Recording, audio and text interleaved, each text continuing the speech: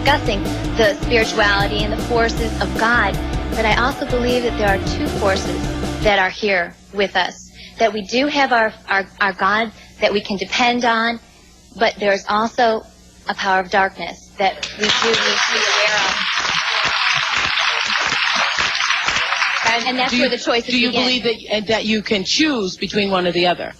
Most absolute, definitely. Yeah. Now, Marianne Williamson says in her book, Return to Love, that we're always walking in the direction of one or the other, that all of your actions in life, either you're moving toward the darkness or you're moving toward the light. That's right. She calls it fear and love. There's this wonderful book called Ishmael by Daniel Quinn, which is, anyway, it's a gorilla talking, but anyway, it talks about, one of the points it brings out is one of the mistakes that human beings make is believing that there is only one way to live. That's and right. That we don't accept that there are diverse ways of being in the world, that there are millions of ways to be a human being. Please God? And many ways, but many paths to what you call God. And her path might be something else, and when she gets there, she might call it the light.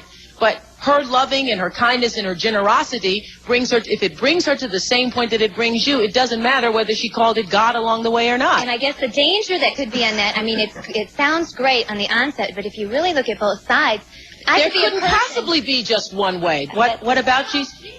What about Jesus? And you say there isn't only one way. There is one way and only one way, and that is through Jesus. There couldn't possibly be with the millions of people in the world. There couldn't possibly be. Because you say, you intellectualize it and say there isn't. If you don't believe that, you're all buying into the lie. But that makes you right. Do you think that if you are somewhere on the planet, if you're somewhere on the planet and you never hear the name of Jesus, you never hear the name of Jesus, but yet you live with a loving heart, you lived as Jesus would have had you to live, you lived for the same purpose that Jesus came to the planet to teach us all, but you are in some remote part of the earth and you never heard the name of Jesus. You cannot get to heaven, you think? And that is covered in the scriptures, too. People are talked about Truly, that. God knows the heart. Does God care about your heart, or God care about if you call his son Jesus? Well, you know, Oprah, Jesus cannot come back until that gospel is preached in the four corners of this earth. So,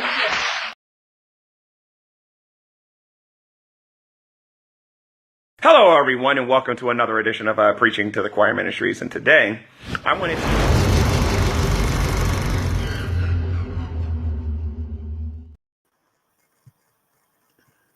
Welcome to Preaching to the Choir Ministries, guys.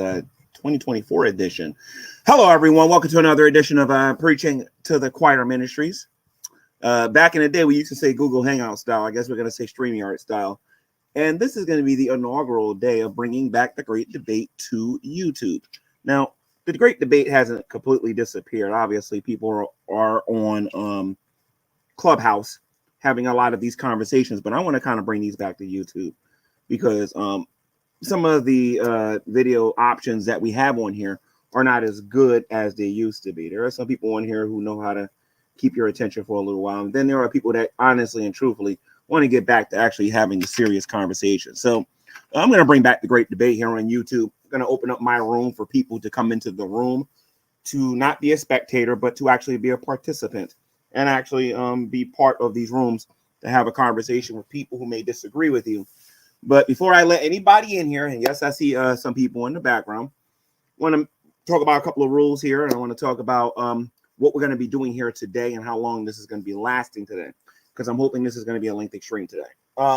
First and foremost, this is going to be a room for debating, okay? This room is going to be about the topic that we're going to be talking about today, and that is, did Jesus exist, and is there evidence he rose from the dead?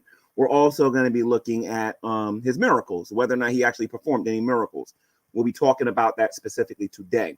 If you have an opinion, any input for or against, you're welcome to come on here.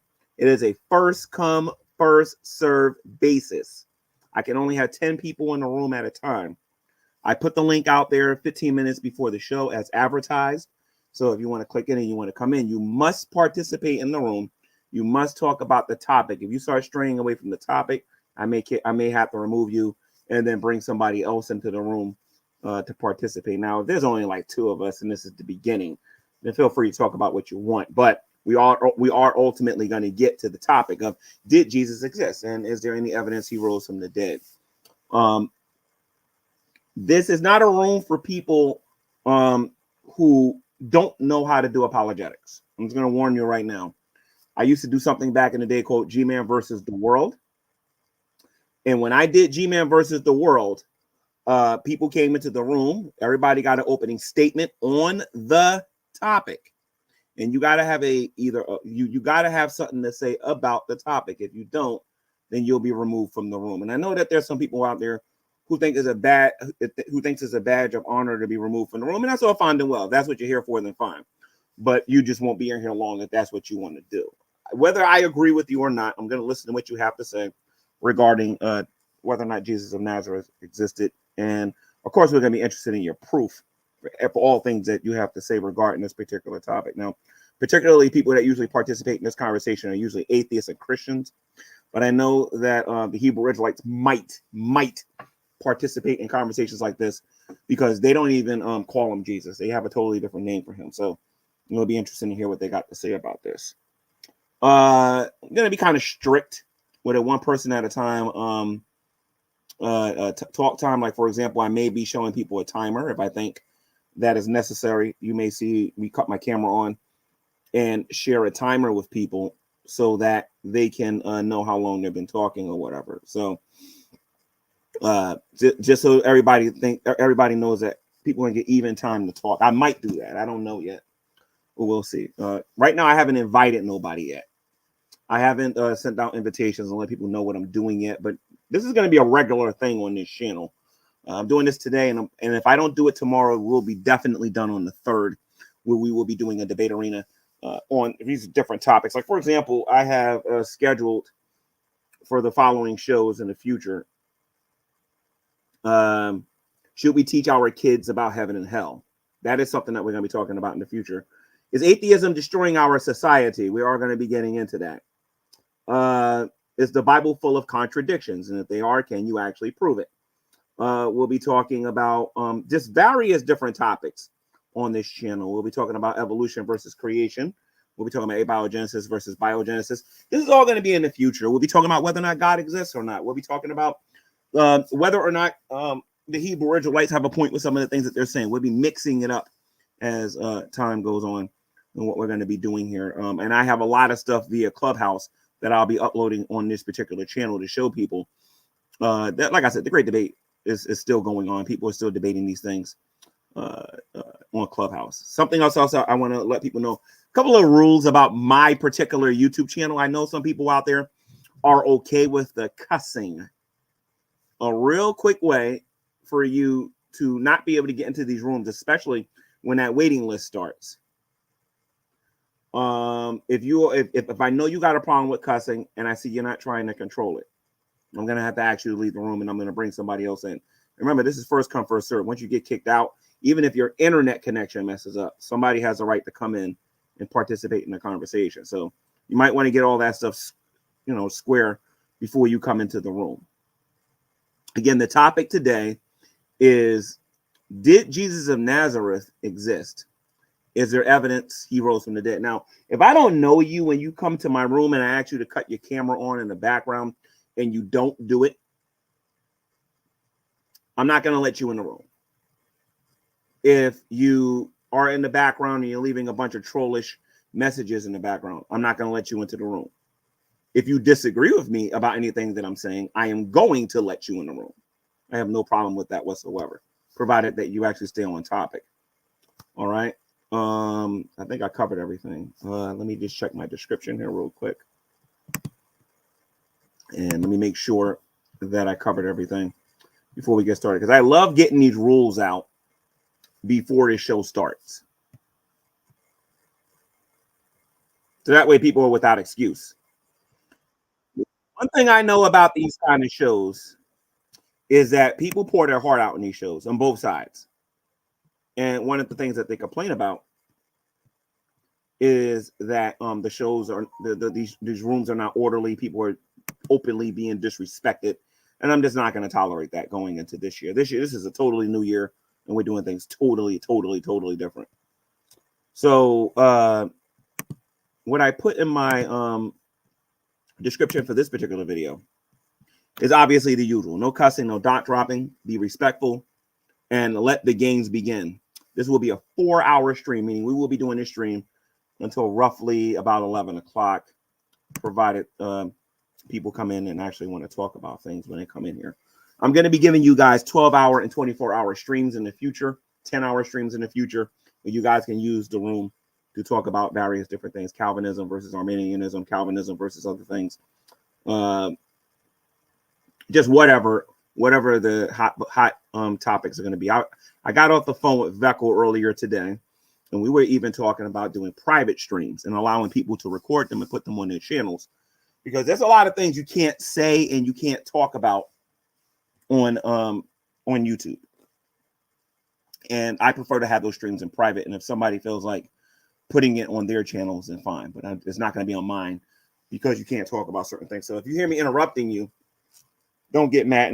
And speaking of interrupting, as a moderator of this particular channel and as the owner of the channel, I reserve the right that if I hear somebody talking and they start talking about things that should not be talked about on the channel, I will step in, I will say something, and I expect you to be respectful and to either change your words around or whatever and talk about something else or whatever, or try to stick to the terms of service of YouTube if we're going to be talking about these things. Again, it is a first come, first serve basis when you come on here. Please protect your privacy when you come on this channel. I am not interested in your real name. I don't want to know where you live. I don't want to know nothing too personal about your life. And trust me, you don't want this audience to know that much about your personal life either. Let's just stay on topic with the things that we're talking about. And then let's have a good old time doing that. And what I'm going to start doing in the beginning of these streams, I'm going to start shouting out channels in the very beginning of these streams. And the first channel that's going to get shouted out tonight is my sister from another mother, and that is Cherry Love. God bless you, sis. Continue to fight the good fight of faith, taking on the Hebrew Israelites and doing what you've been doing on Clubhouse. Obviously, you've been defending some very important key doctrines for the church. Greatly appreciate it, sis. Keep doing what you're doing. If you're not subscribed to Sister Cherry, simply type in Cherry Love. She's one of the best at rebuking the Hebrew Israelites and the things that they actually teach. She's quite feared amongst that community, the Hebrew Israelites. So, and you never know, Cherry Love might show up in here. And one of the things I want to let you know about these debate arenas, anybody can show up. I've had Matt Dillahunty show up in my streams. Aaron Ross show up in my streams. I've had Atheism is Unstoppable come to my streams.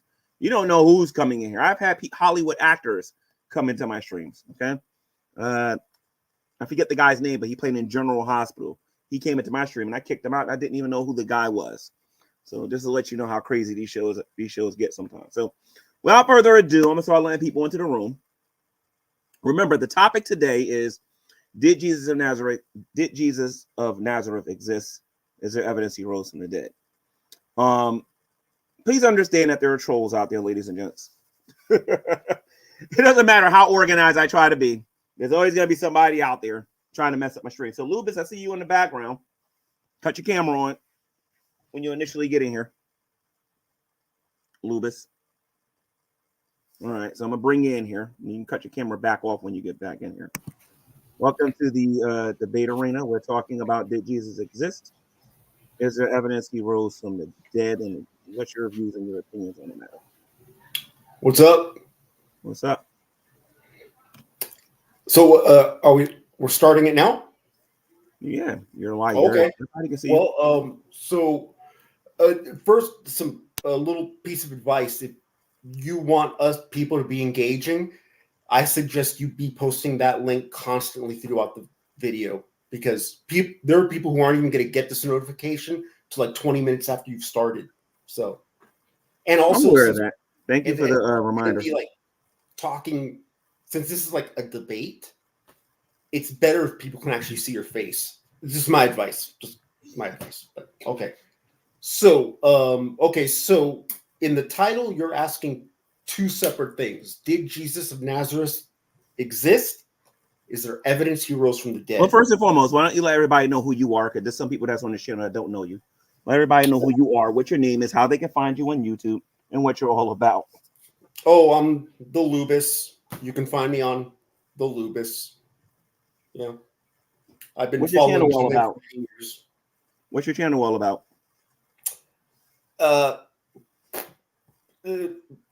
Making fun of you, I guess. Okay, all right. So he has a channel making fun of me, guys. So, but are you now? What is your religious belief? I was born into Christianity. I was a Christian for many years. No longer a Christian because I no longer believe it to be true. But Christianity is a subject I'm very interested in. I consider myself a student of the faith. I find myself more interested in it now than when I was a Christian. All right. So, what do you got to say about either him existing or him rising or Jesus rising from the dead? What's on your mind regarding the topic? Oh, okay. So, like I said, you're asking two questions in that title. Did Jesus of Nazareth exist? Well, now for that, you're going to have, you need to ask, okay, well, are you talking about Jesus Christ, the man, or Jesus Christ, the Son of God? Those are two different things. And there are people who will give you different answers. So for that, I don't know. But the second part, is there evidence he rose from the dead? No, there is not. That's what I would say. All right. So you're coming from the position of the Jesus being a man and Jesus being the Son of God being two different people, being two different folks. Yeah, well, that's separate questions there. Okay. Like So you're saying your that they're different question topics. is very vague. So you're saying that they're two different topics. Well, I'm saying that the question is vague because there are scholars and historians who will say, "Oh, we've got plenty of evidence that this guy named Jesus existed, but no evidence that he's the Son of God." And then you'll have people say, "There's evidence that this guy Jesus Christ existed and he's the Son of God." And then people say, "No, there's no evidence of any of it." And there's people say there's evidence of both. So the question is vague that you're asking. So you believe it's a vague question. And okay, so let's do it like this then. Let's do it like this then. The historical Jesus that's mentioned in the Bible, do you believe he existed, yes or no? I do not believe he existed. The one that you hear of in the Bible, I don't believe he existed. Okay, so give everybody the reasons why. Well, I'm going to be more versed on the second part, if there's evidence that he rose from the dead. But as far as the first,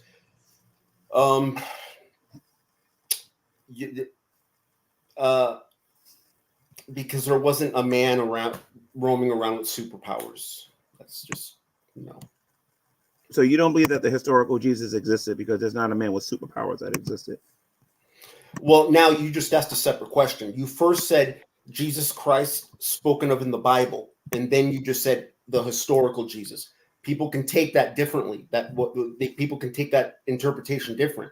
Like I said, there are people who will say, "Oh, there was a guy who existed, but he wasn't necessarily the Son of God," and then that whole thing's people are going to have different views on that. So again, that question is vague, Okay, so you believe that I have a vague title and you don't know what Jesus I'm talking about. So let me be more specific to you then, since you don't know, even though you came in the room saying that you're interested in Christianity more now than you were when you was a Christian before, right? The Jesus that we're talking about of Nazareth, we're talking about the Jesus of the Bible. I do not believe he existed. Okay, why not? Just the evidence I've seen. I'm not going to be able to give you really anything compelling. I could speak better on the second question, though. Okay, so you just don't believe that Jesus existed because you don't believe that he existed. You don't have a reason for it. No, I have. I mean, I have many reasons. Just I mean, it's not really going to be that exciting, dude. It's going to be like the evidence out there is not convincing. And what evidence have Christians presented to you, if any, that has not been convincing?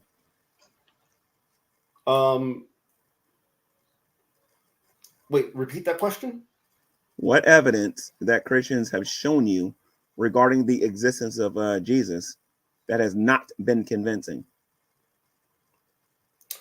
What evidence have they provided that is not convincing? Okay. Yeah.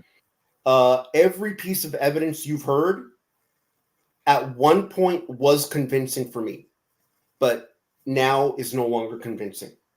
Okay, so name one. Name one piece of it. Biblical accounts, the stuff you hear The Bible. You don't believe any of the Bible claims that Jesus existed. historians talk about and stuff. You know, Wait a minute. At one point, you don't believe the historian claims either. Yeah. Also, what historians? Well, you just said that that the Bible was one piece of evidence you don't believe, and then you mentioned historians.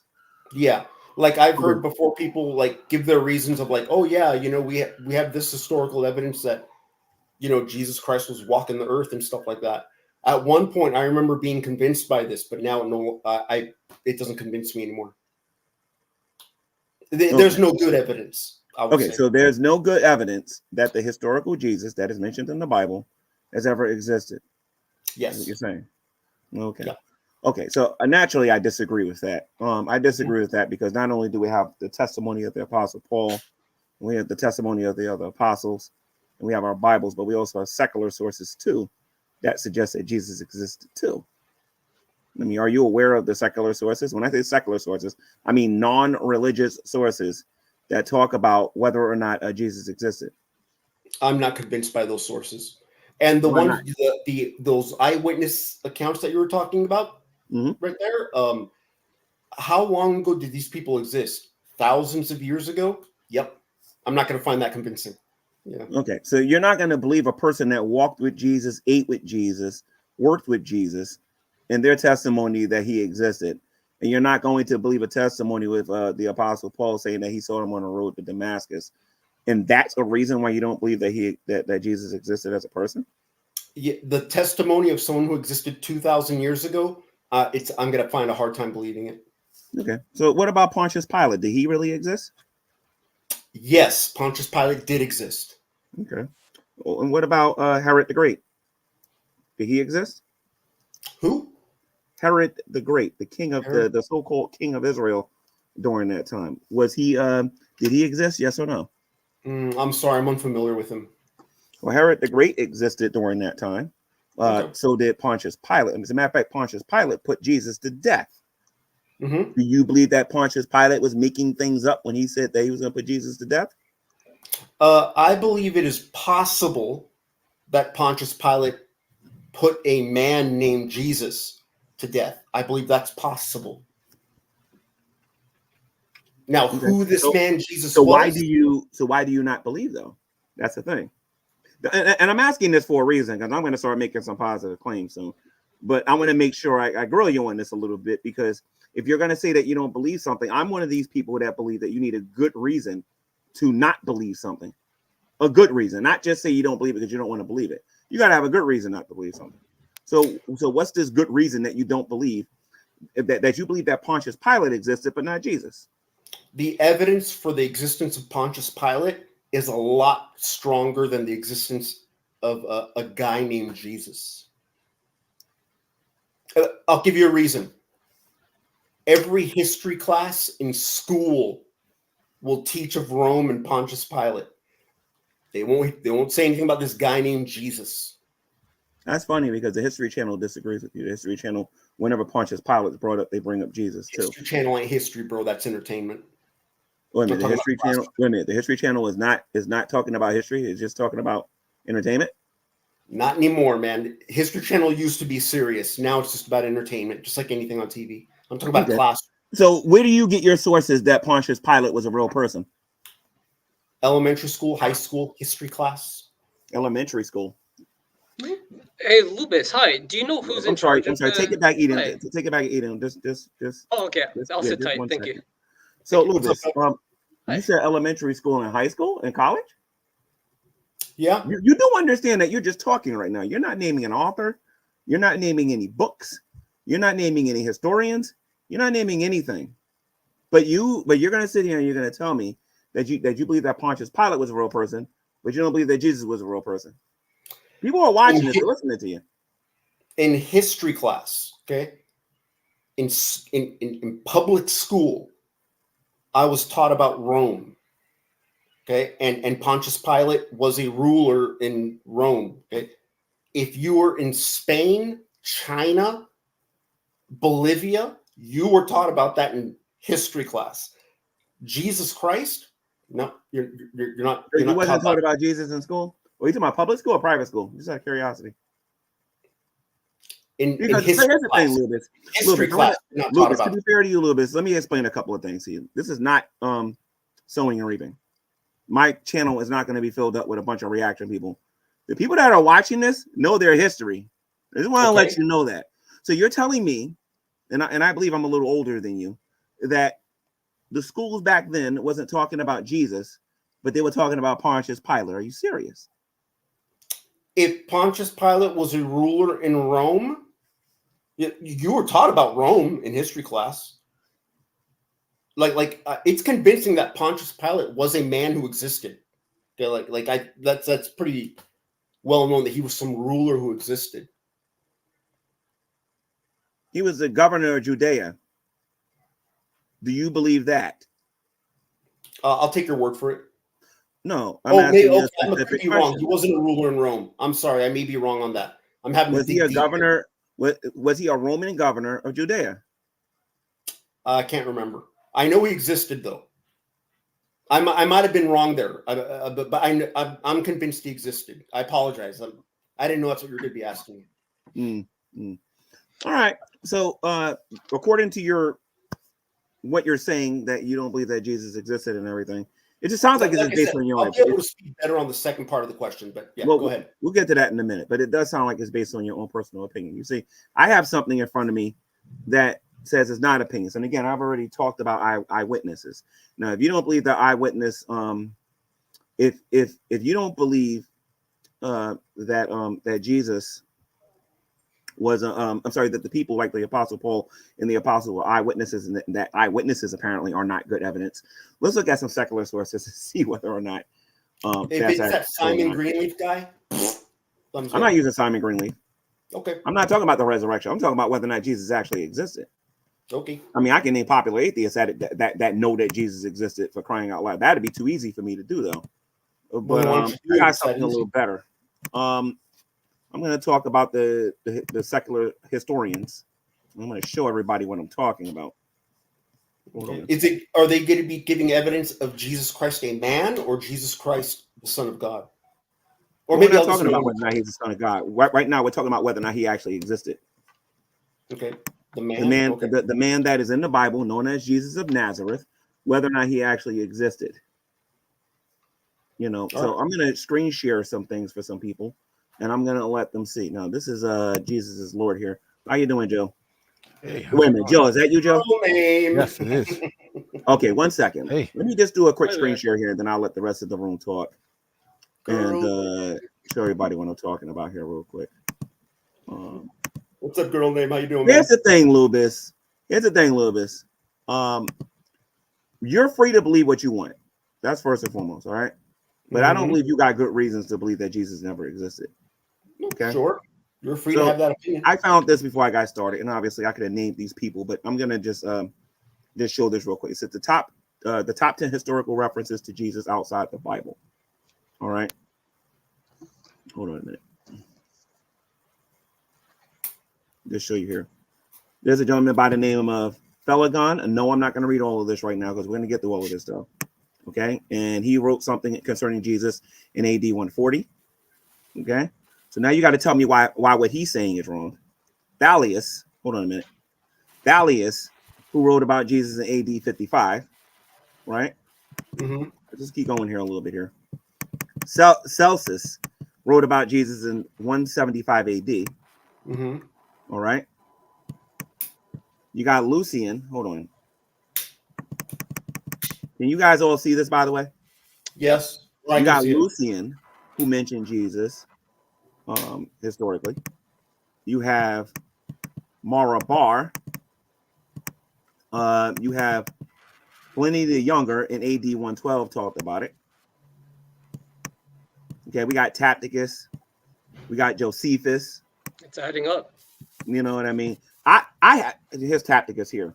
But the point is, Lubis, is that I got secular historians that actually prove that Jesus of Nazareth actually existed. When I asked you, you're telling me that schools back in the day didn't talk about Jesus. This country itself was founded on Christian principles. And these universities did not, at one time, these universities did nothing but talk about the gospel of Jesus Christ and talked about Jesus in these universities. I don't know where you're getting your information. When? In history class? When? Talking about when these colleges were first founded. They were founded on Christian principles. A lot of these universities were founded by Christians. So for you to sit there and say, history class? For you to sit there and say Yes. that that the educational that the schools didn't talk about Jesus is ridiculous. You got Catholic schools, obviously. You got people who have been homeschooled, obviously. And yes, even in public school at some point back in the day, they actually talked about Jesus. Okay. In history class? Yes, they did. And not just in history, just in general. You was allowed to pray in school and everything. So where are you getting this? So where are you getting this that there's never been any schools talking about this? They talked about Pontius Pilate, but they never talked about Christ. And that's all I want to say about it. I'm going to let Jill go and take it back, Eden, and then let you go, Lucas. Go ahead, Jill, and then I'm sorry, no. Taking back Eden, you go first, and then Jill, because taking back Eden was here longer. Okay, hi. Thank you so much, G-Man. So happy to have your stream back. And hi, Lubis and Jill. What's up? I just had a quick question for Lubis here. Thank you. So it's really nice to know that your parents, it sounds like your parents raised you Christian? Yes. Very Awesome. proud of it, too. Awesome. Okay, can I just ask you a few questions? Sure. Because I'd like to show you that perhaps maybe despite their greatest efforts, you may have not been what you were hoping or what you think you are. I'm sorry. My neighbor's dogs are barking. It's okay. Okay, and before I start, I say this in the deepest respect for you because I do like you, and I'd love you to examine Christianity one more time as an adult. So one thing I'd like to ask you, since you think that you may have been a Christian, do you still remember the 10 Commandments in order? No, I don't. Okay, it's okay. One more thing. Do you know all the parables of Jesus? Not off the top of my head, no. No? Okay, so think of it like this. If someone was going around saying they were a heart surgeon, but they had no idea how to open up and access the heart step by step safely, I would argue that they're not really a licensed heart surgeon. Or same thing with like someone with a driver's license. You actually have to pass a test you have to learn what it takes to become a licensed and safe driver. So what happened is, I believe Satan has actually undermined all the pillars of our Heavenly Father, which include, the first one is creation. The second pillar is the rules. The third pillar, when you have rules, you have judgment. And with rules, judgment, you're going to have, thankfully, our Heavenly Father is merciful. So he has given us grace. But the thing is, the devil is attacked all these pillars. So we have people who don't know the rules or think they know the rules. And so my contention is that Satan has undermined Christianity, and many people out there think they're Christian aren't really Christian because they don't know the 10 Commandments. They've never been born again. They don't know the day they were born again. And perhaps they're still living in sin. So one thing I'd like you to do is maybe just take your time. Taking back Eden. As I said in the beginning of this, we're talking about whether or not Jesus actually existed and whether or not he rose from the dead or not. And there's evidence for it. Let's try to stay on topic. Okay, yeah, definitely. So he had just a few sentences. Let him finish up. Oh, okay, thank you. So it's really important. I'd love for you to take the time to look into the teachings, because there's one thing I noticed from atheists. A lot of them say, oh, he's a magic man. He walked on water, this and that. However, if you actually looked at his teachings, which were the parables of Jesus, which include the Good Samaritan, the banquet, the pearl of great price. There's so many that show the wisdom of Jesus and that he is indeed the Son of God. And I'd like to let everyone else maybe have their go. And thank you, G-Man, and thank you, Lubis. Yeah, back to Eden. I want to let you know about the future though of this channel, man. Got to stay on topic though. I know you want to talk about the parables of Jesus and everything and whatnot. That seems to be your thing, but we got to stay focused on the actual topic. Lubis was talking about why he didn't believe that Jesus actually existed. I was hoping you had you had something to say about that. All right, but thank you, Eden. Thank you. That's All very right. kind. All Thank right. you, G-Man. So And hi, Beckel. next person is Jill. Go ahead, Jill. Uh-oh. Hey, G man. Thanks for having me on. Mm-hmm. Happy New Year, also, everyone. Happy New Year. Yeah, I mean, I think the Globus here is a perfect example of Lubis, call him Lubis. Lubis. Be respectful. I'm Call him No, sorry. Lubis. I mean, Joel. No, Cool. no, Lubis. No, Lubis. No. We're Oh gonna be no, I respectful. thought that's how you pronounce your name, Lobus. I'm sorry. Okay, all right. Okay. You can call me Uh, handsome. No, I can't. All right, so Oh, damn. Okay, thanks, bro. No cussing, Lubis. it That's seems as strike though one. No Lubis, cussing. you had no standard for determining what is historical and what's not, other than my history teacher didn't teach me it. Is that your standard, whether or not you learned it in history class? Well, And if if it's it's taught in history historical, class, I think it's a lot more credible. if it's taught in history class, Yeah, like that means like, it's historical. yeah. Well, I mean, because like unanimously, okay, when it comes to the Bible stuff, okay, there are historians who doubt that stuff, okay, but unanimously, everybody will agree on, the American Revolution, Rome, ancient China, stuff like that. Like everyone's like, oh yeah, we all agree with this stuff.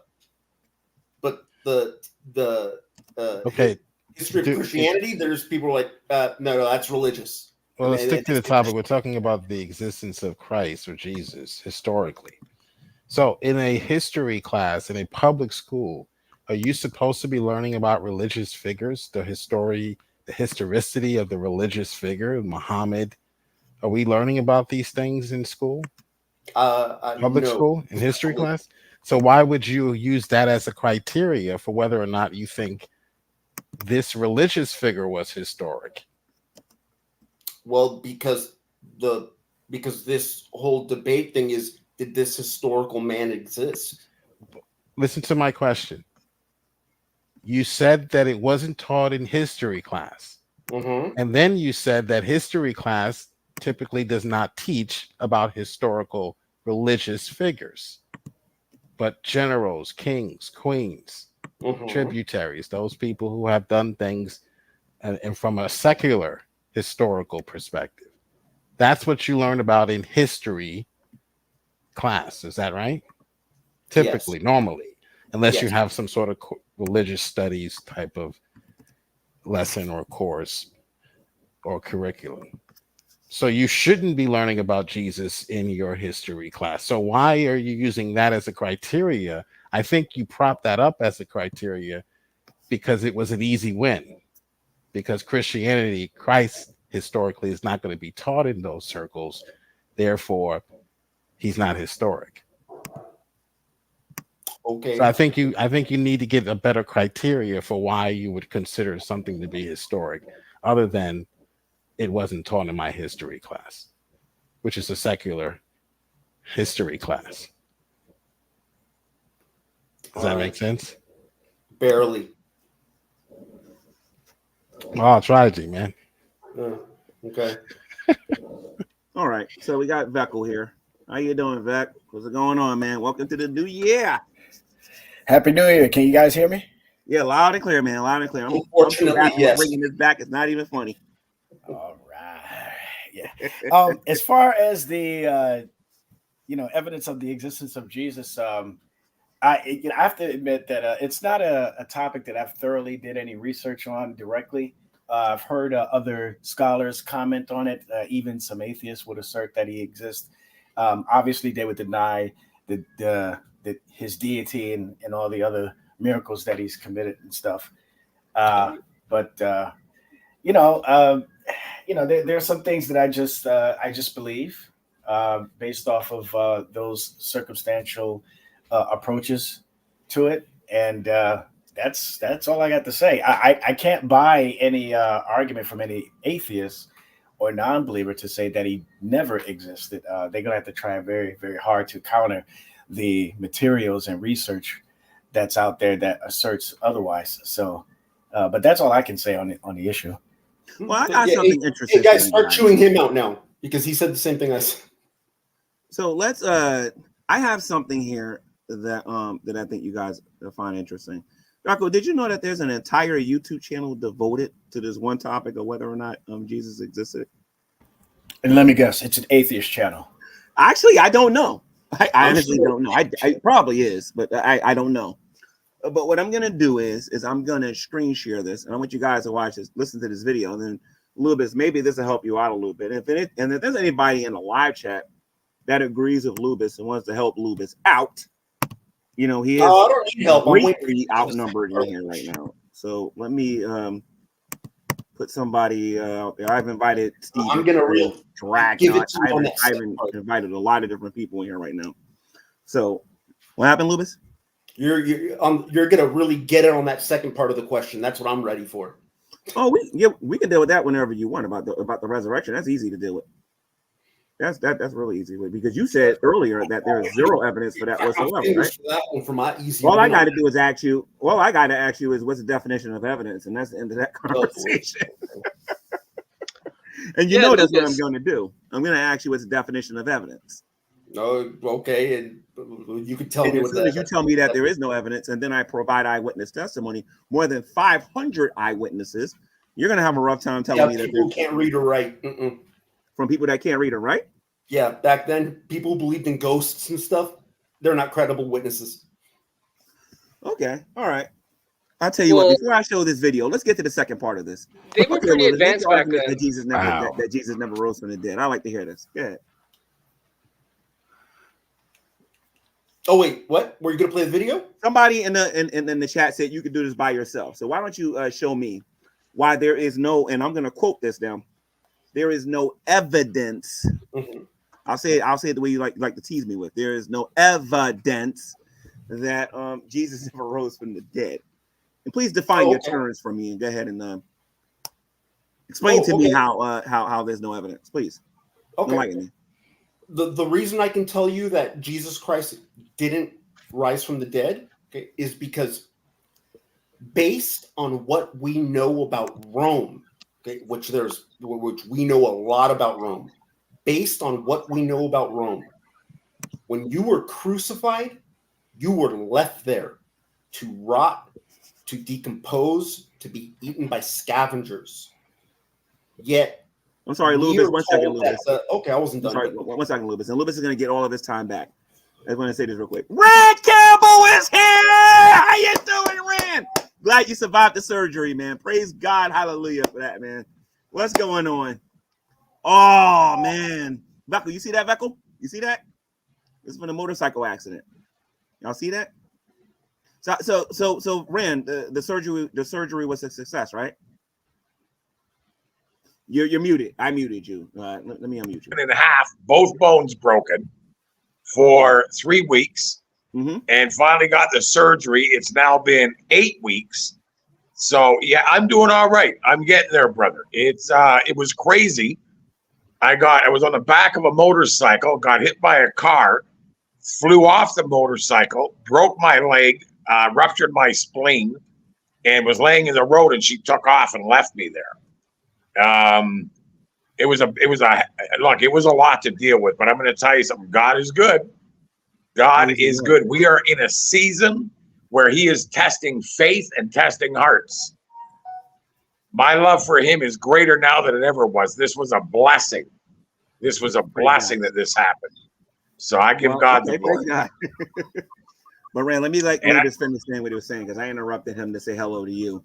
But let him finish. Rand, stick around, man. We haven't talked to you in decades, man. Stick around. By the way, if you guys want to find Rand Campbell, Rand has a channel called Flat Out Elected.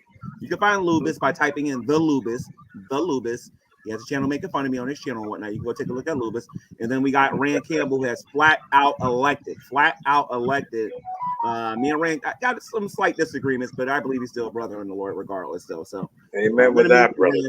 Yeah, I'm gonna mute you. I'm gonna let Lubis start over and then make his arguments on why he doesn't believe in the resurrection. Nobody interrupt him this time. That was my fault for doing that. I just haven't seen Rand in 100 years.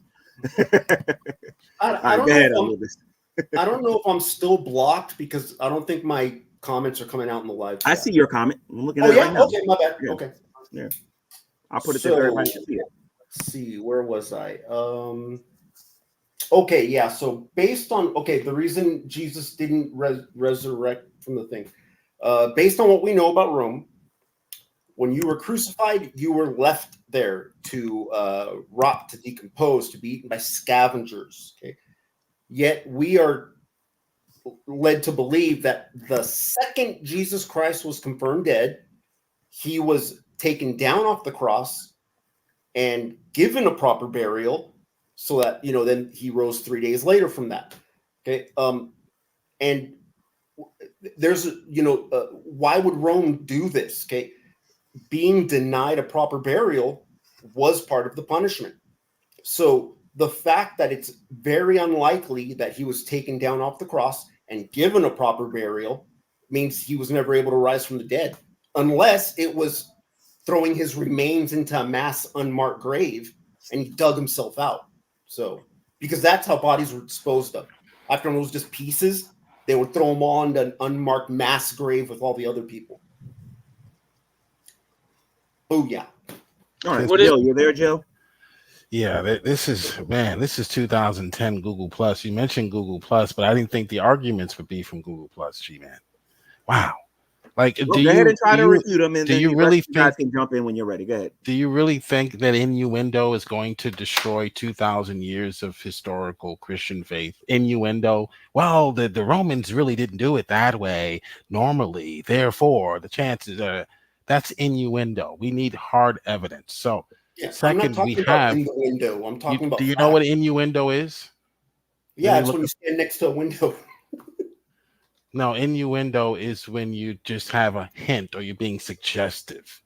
Instead of giving us hard evidence, you're giving us innuendo. Well, he went to the store and he did come back with $5, and the product did cost $10, and that means he must have stole the other $5 to get the.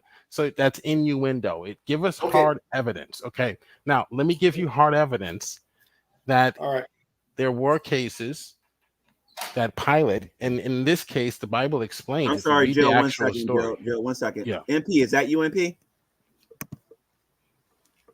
Yes, it is me. What is up, guys? Oh my God! Multiple person. Now you got some help here, Lewis. You're good now.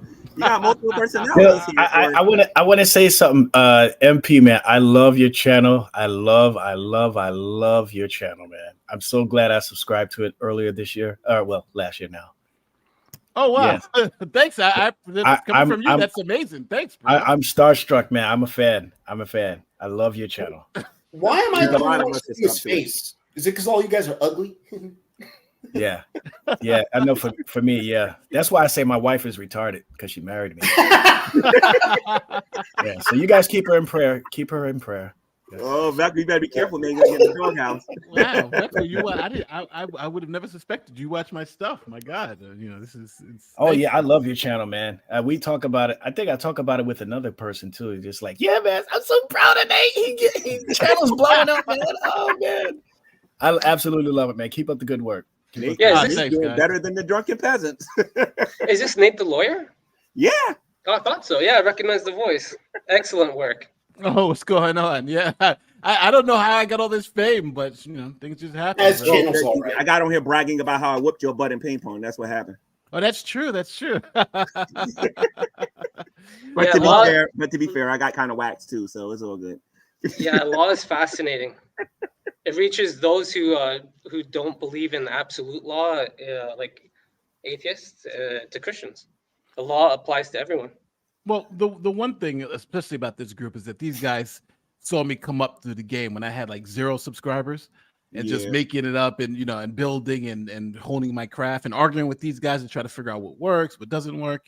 A lot of those conversations we used to all have helped me develop a way of storytelling to be able to present facts. So because arguing with these guys about religion, it really helped me understand it's not about me telling people what the truth is.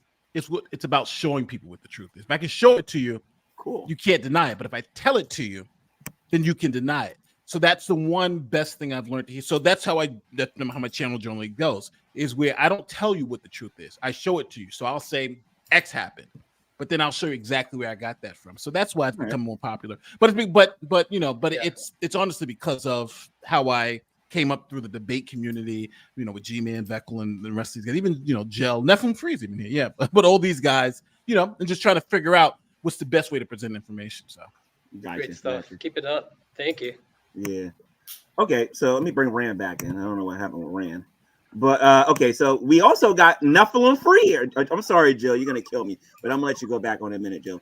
Nephilim Free, what's going on, man? That might not be the real Neff. How you doing, Neff? You gotta unmute, Neff. Barely hear you. He's unmuted, but his mic is. Your microphone is super low, man. All right, give me a moment. We almost got the All-Stars in here. Freeze here. And I want to say, Rand, man, it's good to see you, Rand. Oh, you didn't mention me. Okay. Yeah, it's good to see you as well, Michael. My Lord. Yeah, where have you been? Now, can I be heard? We heard about. Does I sound any better now? Thank God, man. Hey, there's Neff. Yeah, we can hear you now. I sound okay. Okay. Everybody but Lubis has got battle scars, and well, actually, everybody but Lubis is maybe taking back Eden, because I don't know taking back Eden from the days of the Great Debate, but the rest of the guys in here, man, we all battle tested. Now Lubis has got G scars How you guys from all the abuse he's taken from you. Oh my goodness, Veckel, Rand, I hadn't seen you guys in so long. G-Man, wow, it's good to see you guys. Well, we're back, guys. We're back. We are back. Better than ever. We're back. TST's back too, by the way. So just to let y'all know, they're probably watching. So TST. I didn't even know TST was back. How did I know? Because I was watching JD Kane a week ago or something like that in one of his old episodes. But JD Kane was on there. I think Laura and some other people was on there. So is it still black and white? Has he aged well? Yeah, JD Kane is back. So it won't be long before we see Fundamentally Flawed back, and we start seeing what's that mess that Steve McRae had? The non-sequitur.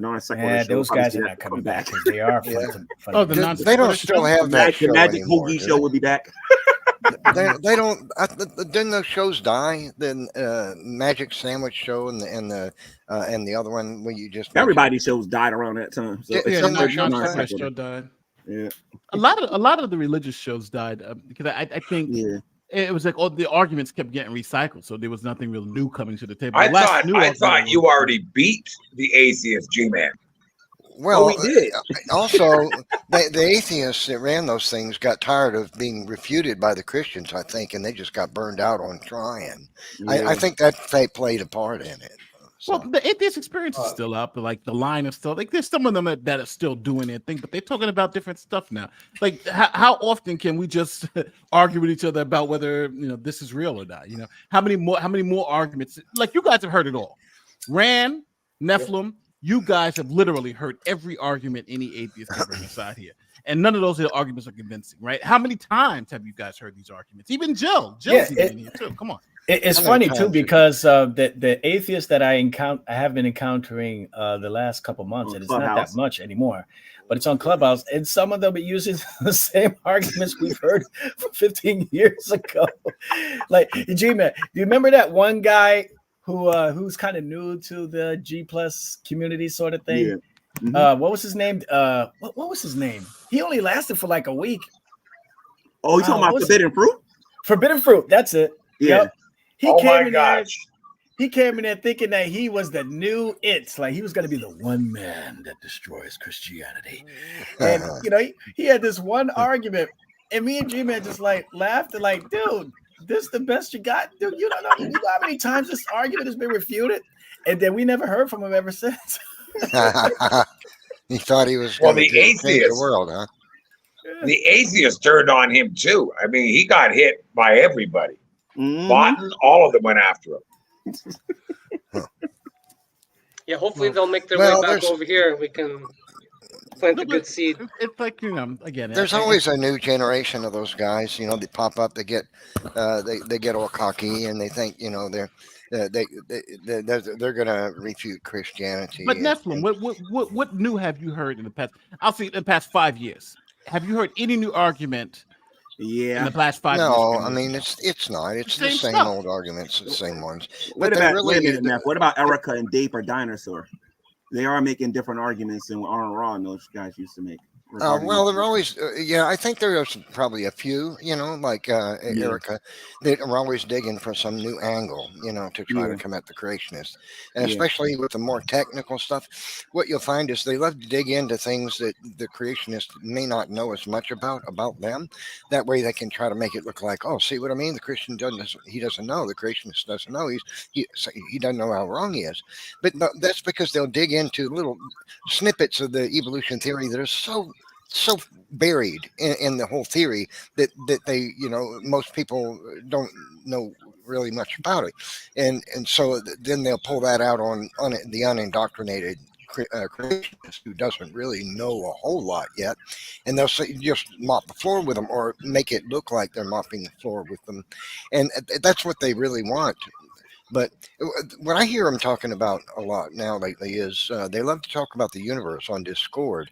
There's a lot of atheists that are talking about the age of the earth, and they talk about the origin of the universe. They're always pushing that there was some material cause prior to the Big Bang, and then prior to that one was another one. This kind of an infinite regress of material causes, because they can't acknowledge that the universe came into being ex nihilo by a supernatural one, right? So they have to appeal to a material cause, and that forces them into this irrational, implausible, actually impossible, this prior chain of infinite chain of regressive chain of prior material causes, and they can't. And you just, if you know what you're talking about, you just refute that one too. But they'll push it, and what they'll do is they love to put their hands over the eyes and the thumbs in the ears, and they'll say, "No, you're wrong, no." Because they they can never accept being wrong. Well, okay, so I interrupted Jill twice now. So I did it for Rand and I did it for 3 times, not for free, and then for you, MP, I think. So Jill was in the middle of saying something. I'm gonna let Jill finish, and anybody else that want to chime in after that, feel free to do so. But go ahead, Jill. Finish saying you were talking about what Anubis had to say regarding the resurrection of Christ and whether or not there's any evidence for that. Oh yeah. I forgot what we were talking about for a minute there. Apologize about that. Hey, Nephilim and hey, you were mentioning something about in the windows in here. Oh yeah. And it's not your fault, Lubis, right? Because that's all liberal scholarship is providing, is mere innuendo, sensationalism, sophistry, what's called yellow journalism. Also, that's all they're providing. So that's what you're spewing out. And that's what the arguments have been for the past 10, 20 years, or at least as long as I've been, on the internet trying to address some of these questions. But instead of just providing innuendo, well, this is not how they normally did it. Normally, they would not allow you to have a proper burial if you were crucified. They would leave your body to rot. Okay. The story tells a story about a rich man who had privilege. You know all about privilege today, don't you? So in the cases where you have a privileged individual or rich family, there are exceptions made even today. Okay. So secondly, we have archaeological evidence that Pilate allowed some crucified victims, probably the very wealthy ones, the ones who had wealthy families who could buy you a burial, could buy off Roman officials, right? Money talks, it walks. The Pilate allowed crucified victims to receive proper burials. We have archaeological evidence for that. So that's hard evidence instead of just innuendo. Okay. So did Jesus come from a rich family? Did he have money? The story talks about a rich man who actually purchased the burial for Christ. Okay. Barnabas? So you said Joseph of Arimathea. Joseph of Arimathea. I can't say it. Yeah. So there were times where there were exceptions made. Of course, yes, and we have archaeological evidence of a man a Jewish man who Pilate allowed to have a proper burial. We have archaeological evidence that happened. So it's not something that's inconceivable that Pilate would allow a burial. what I would want to know is what were the crimes that these people committed? Because unless I'm wrong, the crime Jesus committed was the worst crime you could commit in Rome, which was posing a threat and challenge to the power and authority of Rome. So what's the likelihood that, okay, well, this guy did literally the worst thing you could do in Rome. Let's give him a proper burial. Well, Money he didn't talks. technically Money talks. break a Roman law. What he did was he broke the peace, and Rome wanted to keep peace. They Right. wanted peace, Yeah. right? And so anything that creates a big stir, a problem in Israel is a problem for the Roman army, which is the occupiers. So that's the crime he committed. It wasn't really a crime. That's well, I guess it would have been. That sounds like a pretty big one, though. That's the crime he committed for the Romans, but it was the Sanhedrin, of course, that wanted him dead because of his alleged blasphemy. But you know how they were looking for an excuse to condemn him anyway. They hated him because he told the truth, and they couldn't stand it, and it pricked their heart.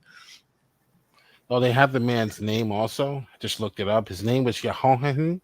I don't know if I'm pronouncing that right, but the archaeologists date the bones to the late 20s. That's about a decade before Jesus' death, during Pilate's reign. So here is hard evidence that Pilate permitted a Jewish crucifixion victim. He permitted a proper burial. So there is evidence out there. If you just ignore the evidence and go with this is normally this doesn't happen, and not the case. Well, yeah, normally you commit a crime, you don't go to jail unless you're a liberal. Maybe so is this conversation about did Jesus I'd like to find exist? evidence that Jesus was rich. Because you said if you Joseph were rich, of Arimathea was the one who purchased the tomb. So hold on, is this That's what the conversation story says. the window. So hold on, what's the question that you're answering? Is it that He's suggesting that Jesus was rich? Well, he's suggesting that Jesus had to be rich in order to get this type of privilege. No, he didn't, because someone on his behalf, the story tells us, a rich man on his behalf was the one. Yeah, somebody paid. Somebody else burial. paid for it. That's why. Right. That's essentially what it is. Somebody else paid So that's irrelevant whether or not his family was rich or not, according to the story. All right. Lubis, they also located the tomb of Jesus. Have you heard of this? But they have no way of proving that it was Jesus. Yeah, that They would located be the news to tomb? me. Sure. I would love to see that. Where did they find this at? Is there like a link or something? Yeah, I dropped it in the private chat. It's one of, some people believe, the greatest archaeological find of all time. And there's an incredible history involved. For instance, there's evidence that it was buried because the Roman rulers found people started to worship the site where Jesus rose from the dead, which would be very exciting because many people suffered under death, painful death. And here he was showing that God was real and God could break death, and he was able to show it. So there's lots of evidence the tomb was buried.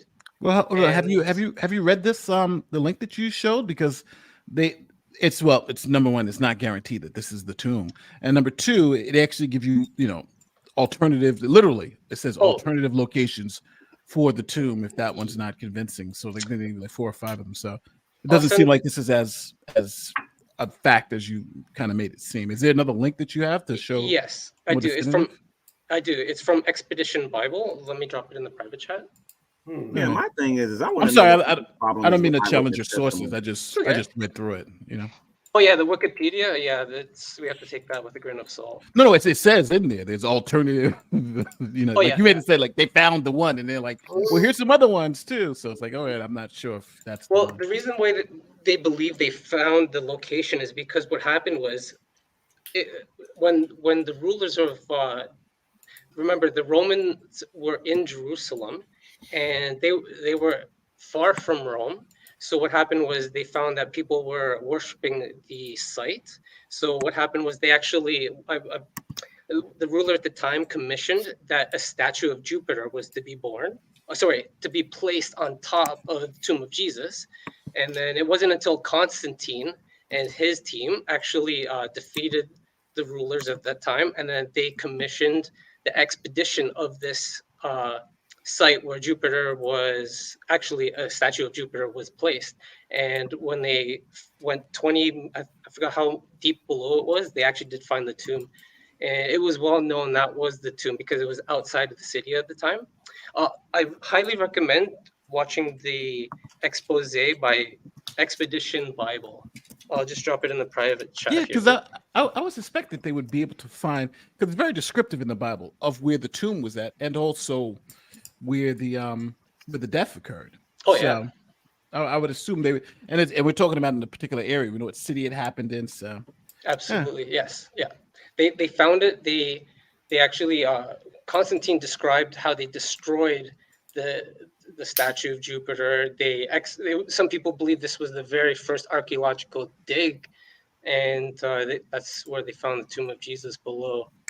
And back then it was common knowledge because that's where they placed the statue of Jupiter to stop the Christians from. It was a form of desecrating the Christian holy site where Jesus broke death and showed everyone that God was real.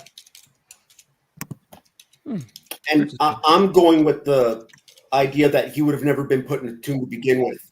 So, well, my thing is this: if somebody's going to say that the resurrection never happened, there has to be a measuring stick for it, right? Like there has to be a way we can go about determining whether or not this event happened. And a lot of people are quick to say that it did happen, and a lot of people are quick to say that it didn't. What's your measuring rod? I'm quick to say that faith is my measuring stick. And when I talk about faith, I'm talking about pistis. I'm talking about biblical faith. When the other side is talking about Christ didn't rise from the dead, what are they using? What's their measuring stick?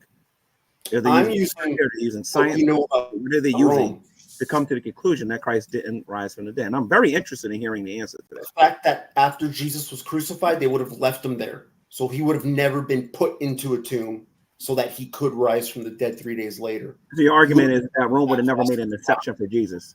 So your argument is that Rome would have never made an exception for Jesus. You think that's a strong argument? Yes, I do think that's a strong argument. I mean, based on what we know about Rome, crucifixion was the death penalty. And when you were crucified, you were left there to rot, to decompose, to fall to pieces, and then they gather up your remains and probably throw them in a mass grave just to dispose of the, Well, how do you know that Rome didn't? Well, it's a bad argument all around. I mean, it's really because in the Bible we see that after his body was taken down, it was sealed. The tomb was sealed and was guarded. Okay. So, are you saying that was fabricated? That part of the story is fabricated for criminals? I'm sorry. Say it again. Do we have evidence of Rome doing this for criminals to take them down? But the narrative. I just told you we did. I just gave you hard evidence, that archaeological evidence. I don't believe you though. Yeah, but I'm just going to go with the innuendo. That's fine. I mean, that's liberal scholarship. Liberal scholarship doesn't have hard evidence. I would like to hear. They just have. Well, it didn't really happen. Normally, it didn't happen this way. So more likely than not, that's really all they have. Part of crucifixion was to be denied a proper burial. That was part of the punishment. Okay. So, Jesus. So that's not evidence that there isn't an exception made, and we have evidence that exceptions were made. So you have to argue that this is the case all the time. Didn't come from a rich family. You would have to demonstrate. Hold on. You would have to demonstrate that never could there be an exception. That's what you'd have to demonstrate. That's really hard to prove. Well, I could. All right, just to be clear, now I generally agree with Lobos's take, but I think you're wrong in this sense, Lobos. Please, the issue I think you're not understanding is that two things. I believe Jesus of Nazareth did exist. I believe the person existed, and I believe he existed a certain time, during that time. Now, what I believe the disconnect here is that Jesus of Nazareth was he was a preacher, someone of prominence in that society, and he died because of that message, right? He was crucified because of that message.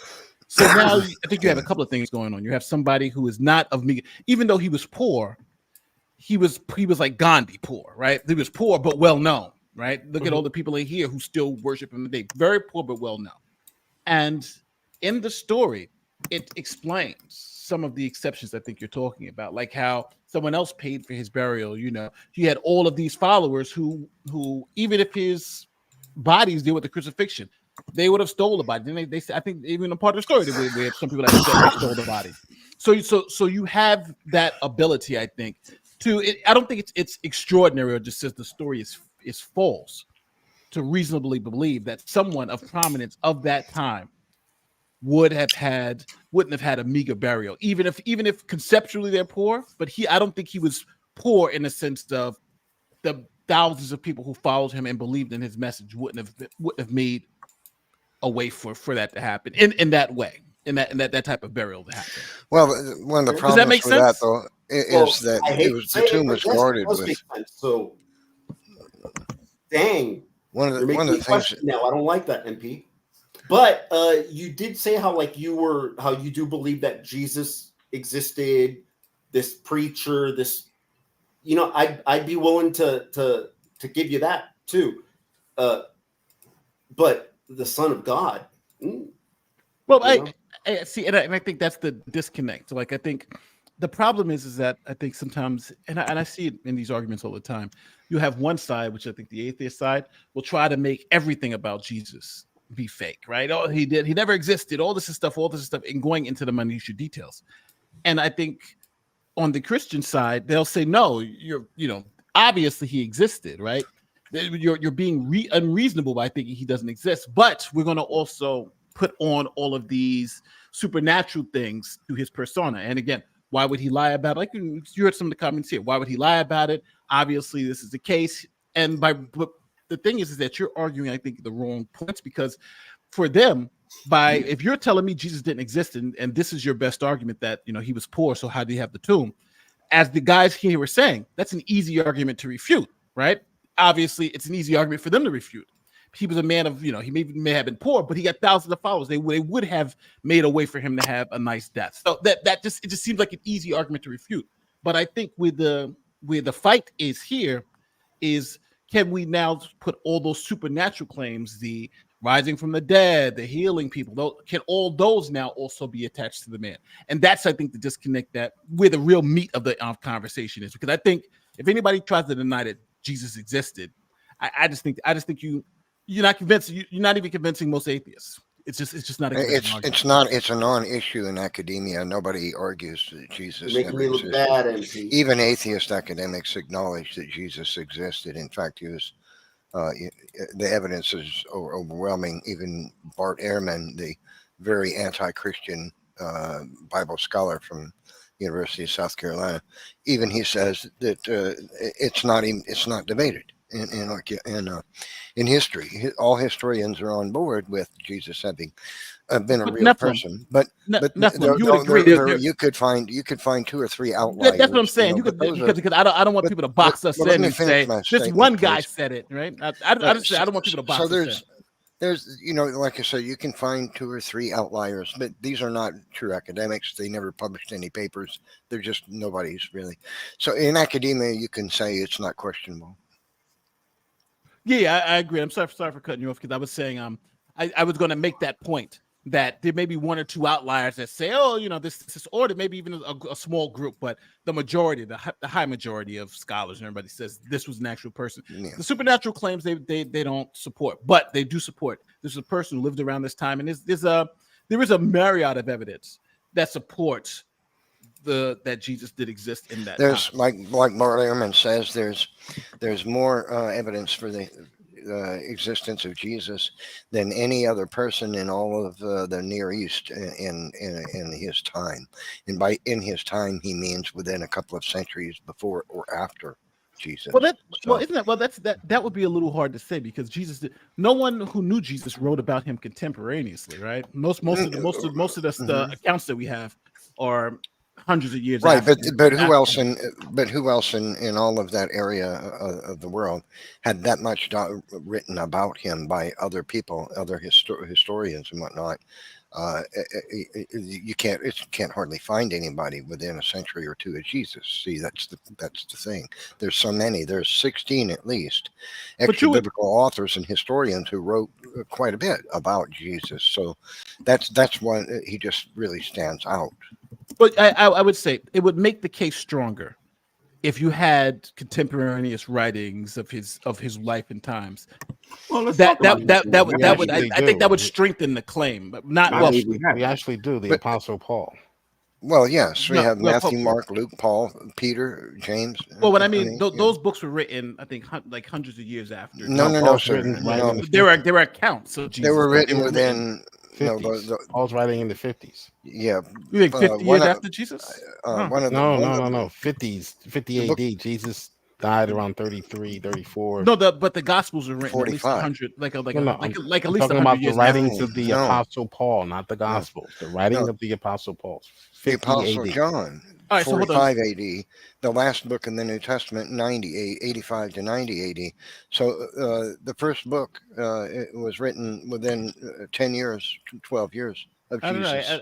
I have to see that because I've always seen everything with Yeah, the so but the we'll one look it thing, though, up. I am going to look it up. I do want to ask Jesus Lord. Paul couldn't have been contemporaneous because Paul wasn't the road on Damascus, and that's when Paul had his conversion. So I don't think he could have written contemporaneous to Jesus. Jesus was dead when he encountered Paul. No, the road to Damascus. The road to Damascus. No. Yes, but so close after, so close. Okay, all right. Maybe there's a lot more too.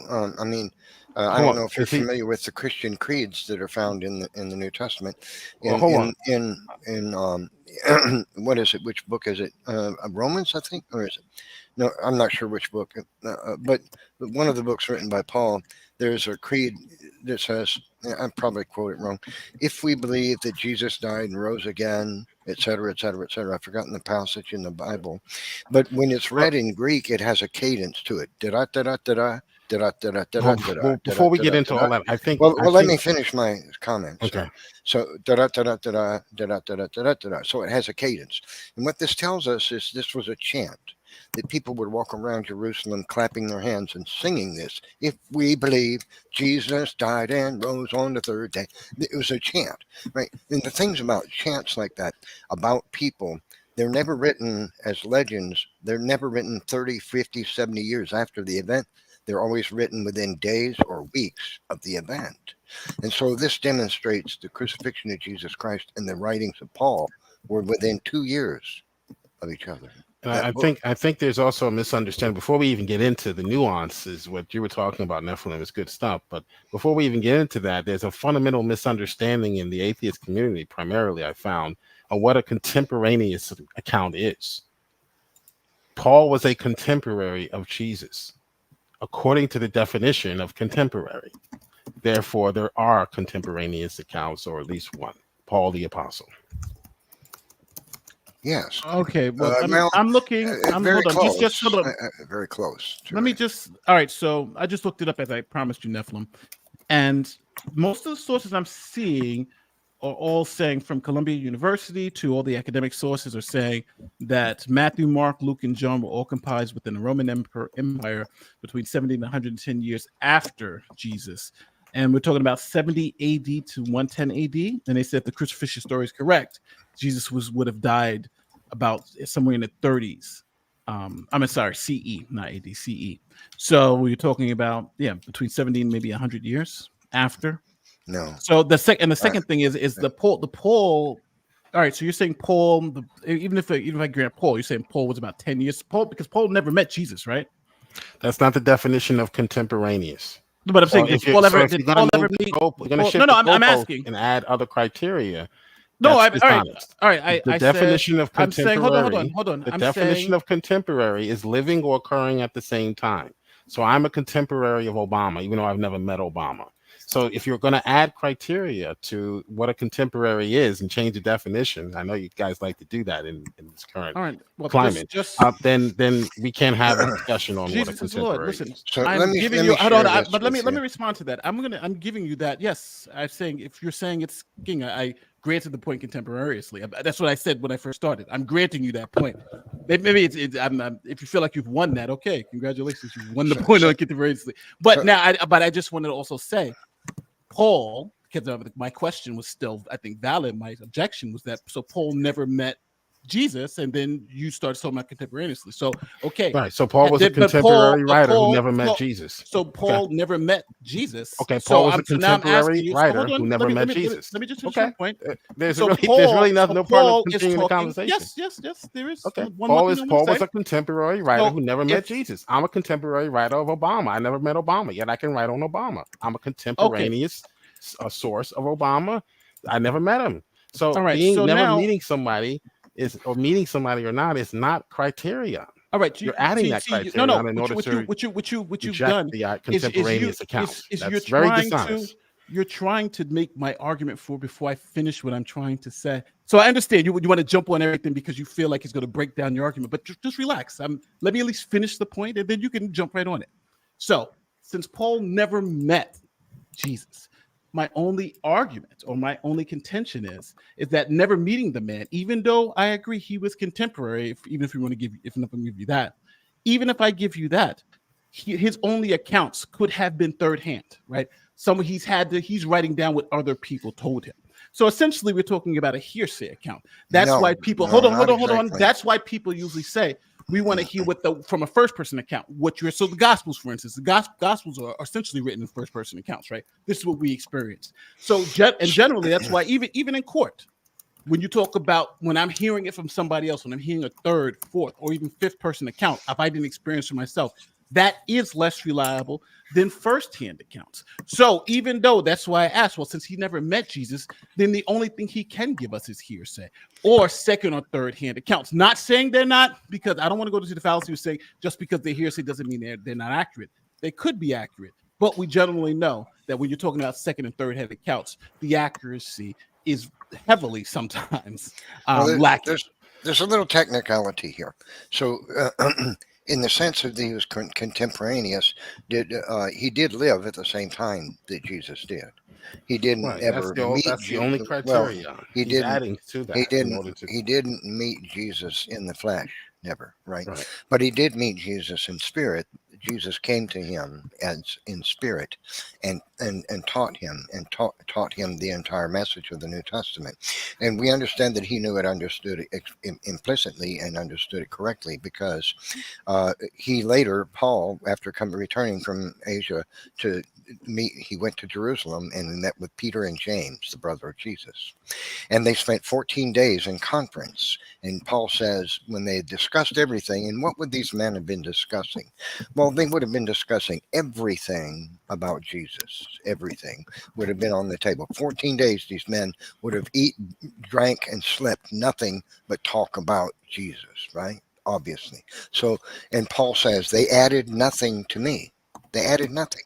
So he spent 14 days with Paul and James, who talking about everything about what Jesus, who he was, what his life meant, everything about his death and resurrection meant, everything about Jesus. And he says, they added nothing to me. In other words, they didn't teach me one tiddly bit about about Jesus or who he was or the gospel message. He understood it all. Now, the only way that would be true is because, as Paul writes, he encountered Jesus in spirit. Jesus came to him and taught him. He tutored him personally, right? And that's why Paul says, I heard Peter and James give the whole spiel, the whole gospel, everything, and I understood every bit of it. They didn't teach me one thing. No. And I think maybe I'll do a video on this, because this is a perfect example, and it may not be done intentionally, but this is what liberal scholarship is pumping into the public through the internet, through these various megaphones that they control.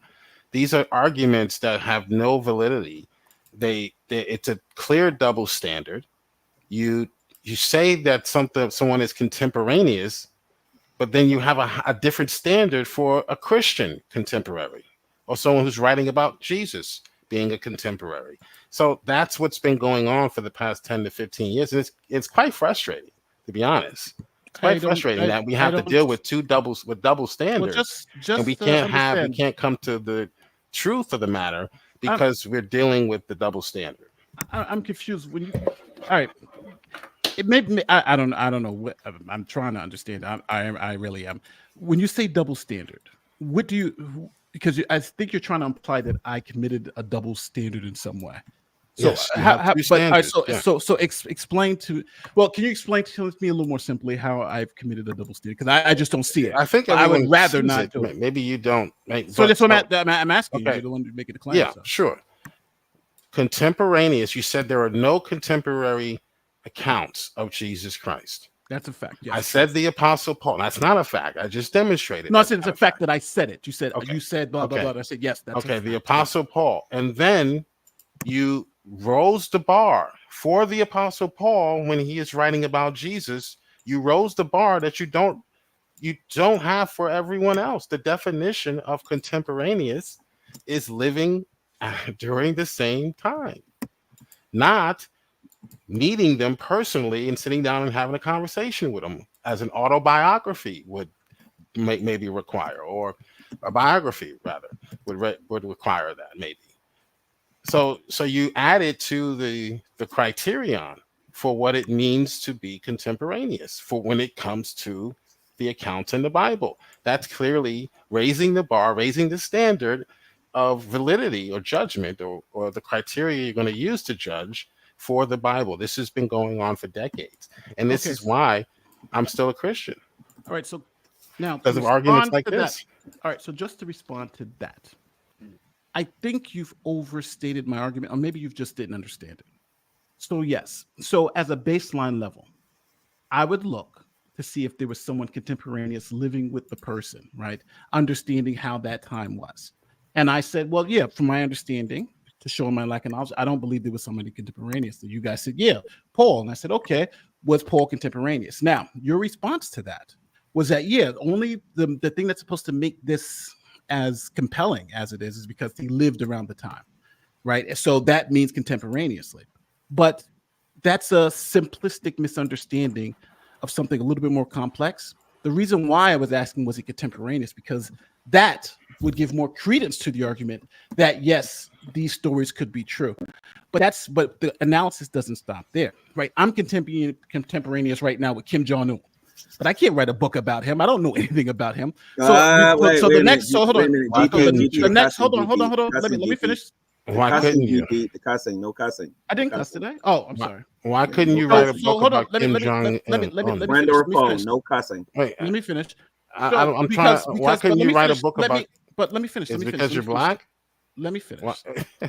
So I couldn't write a book about Kim Jong-un because I have done research. I don't know anything about. Well, that's what a historian does. A historian does the research. Let me finish.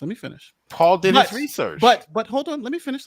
What? So just because I'm contemporaneous with Kim Jong-un doesn't mean that you can trust what I'm writing about him unless you know that I've done the reresearch. I've done this. Now, you're moving the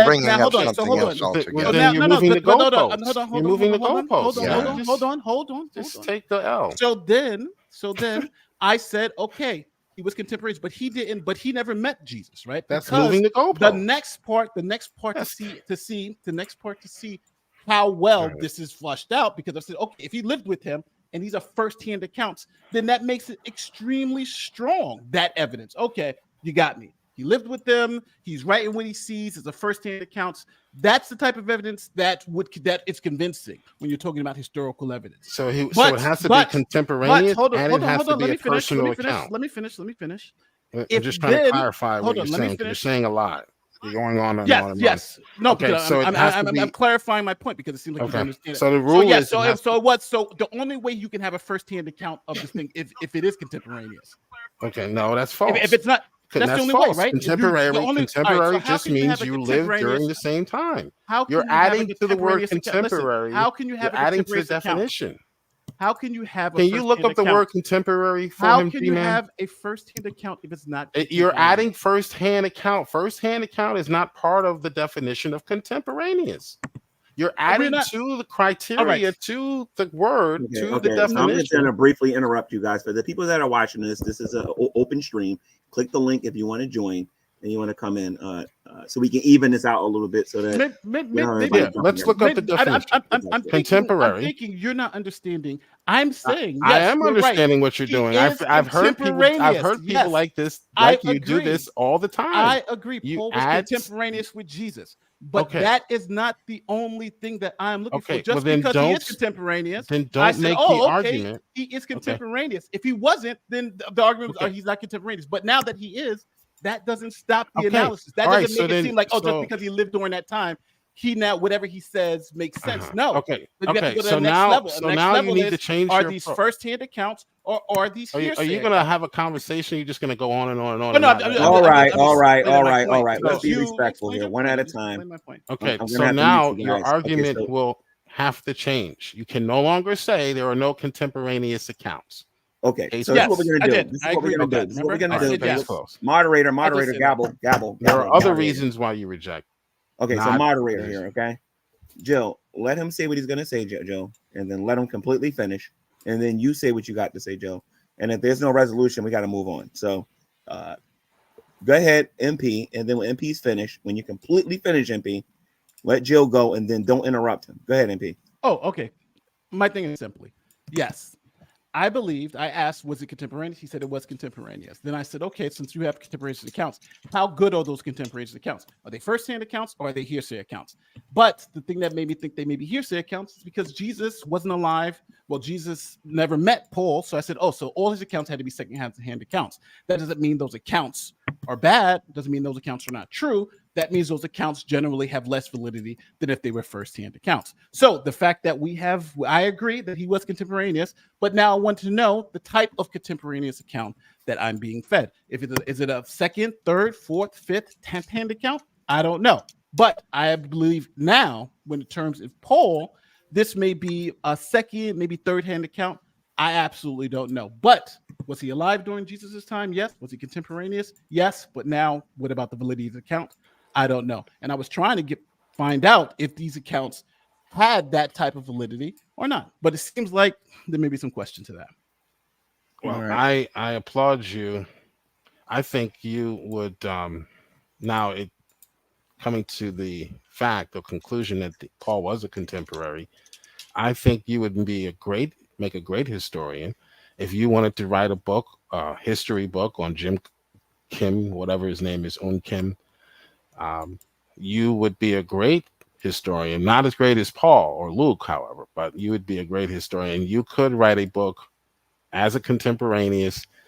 You could write a book on any leader, and you would be considered because you're living at the same time as that leader, you would be considered a contemporary.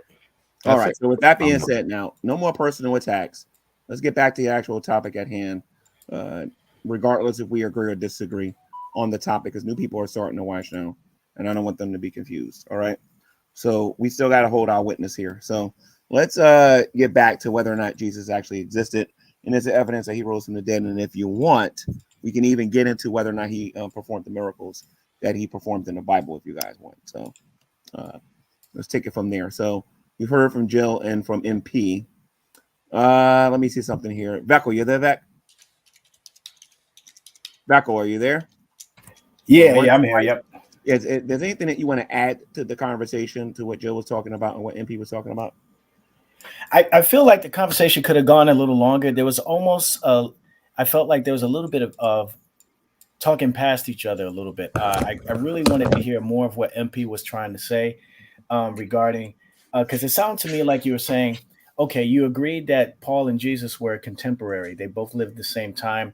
But because he didn't write about these things until long after Jesus' death, then there could be some that leaves room for, at the very least, it being circumstantial, if nothing else, because he didn't write about these things until long after his death. So, am I right about that, Nate? Yeah. Well, essentially, what I'm saying is that. When generally, if somebody's writing about something or something that happens, we give more weight to someone who's living through it and giving that personal account versus someone who is writing long after the event. or is hearing it from someone else, because obviously, like the telephone game. So my understanding is that, yes, I agree that even if Paul's a contemporary, I just would like to know more about how he came Right. to understand these things about Jesus, especially So since he never met him. So with that, you're not being dogmatic about the narrative that we Christians assert that what the things that Paul wrote about Christ were accurate and stuff like that. You're just saying that from your perspective, it would be less credible if it's from a third. How did you put it? Yeah, if it's from a third party, a third or fourth, if third or it's fourth from a hand third or account. fourth party, right? Yeah. You're saying that it's less credible than if it was from him directly. So, I see what you mean. Yeah, obviously I'm a Christian, so I believe that in the writings that Paul wrote, but I understand your argument as well. So I see what you're saying. I think Taking Back Eden has a good question regarding this too. But Taking Back Eden said something in the private chat. But I absolutely want to make it very clear. I'm not saying those accounts are not real, right? Right. I don't know. Right.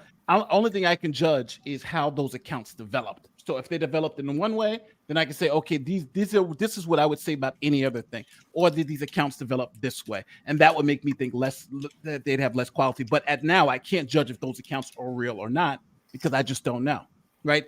Even though there's second or third hand accounts, they could absolutely be true. So that's not a defeater for it. Right. All right. So Taking Back Eden. Question here in the private chat. You there, Taking Back Eden?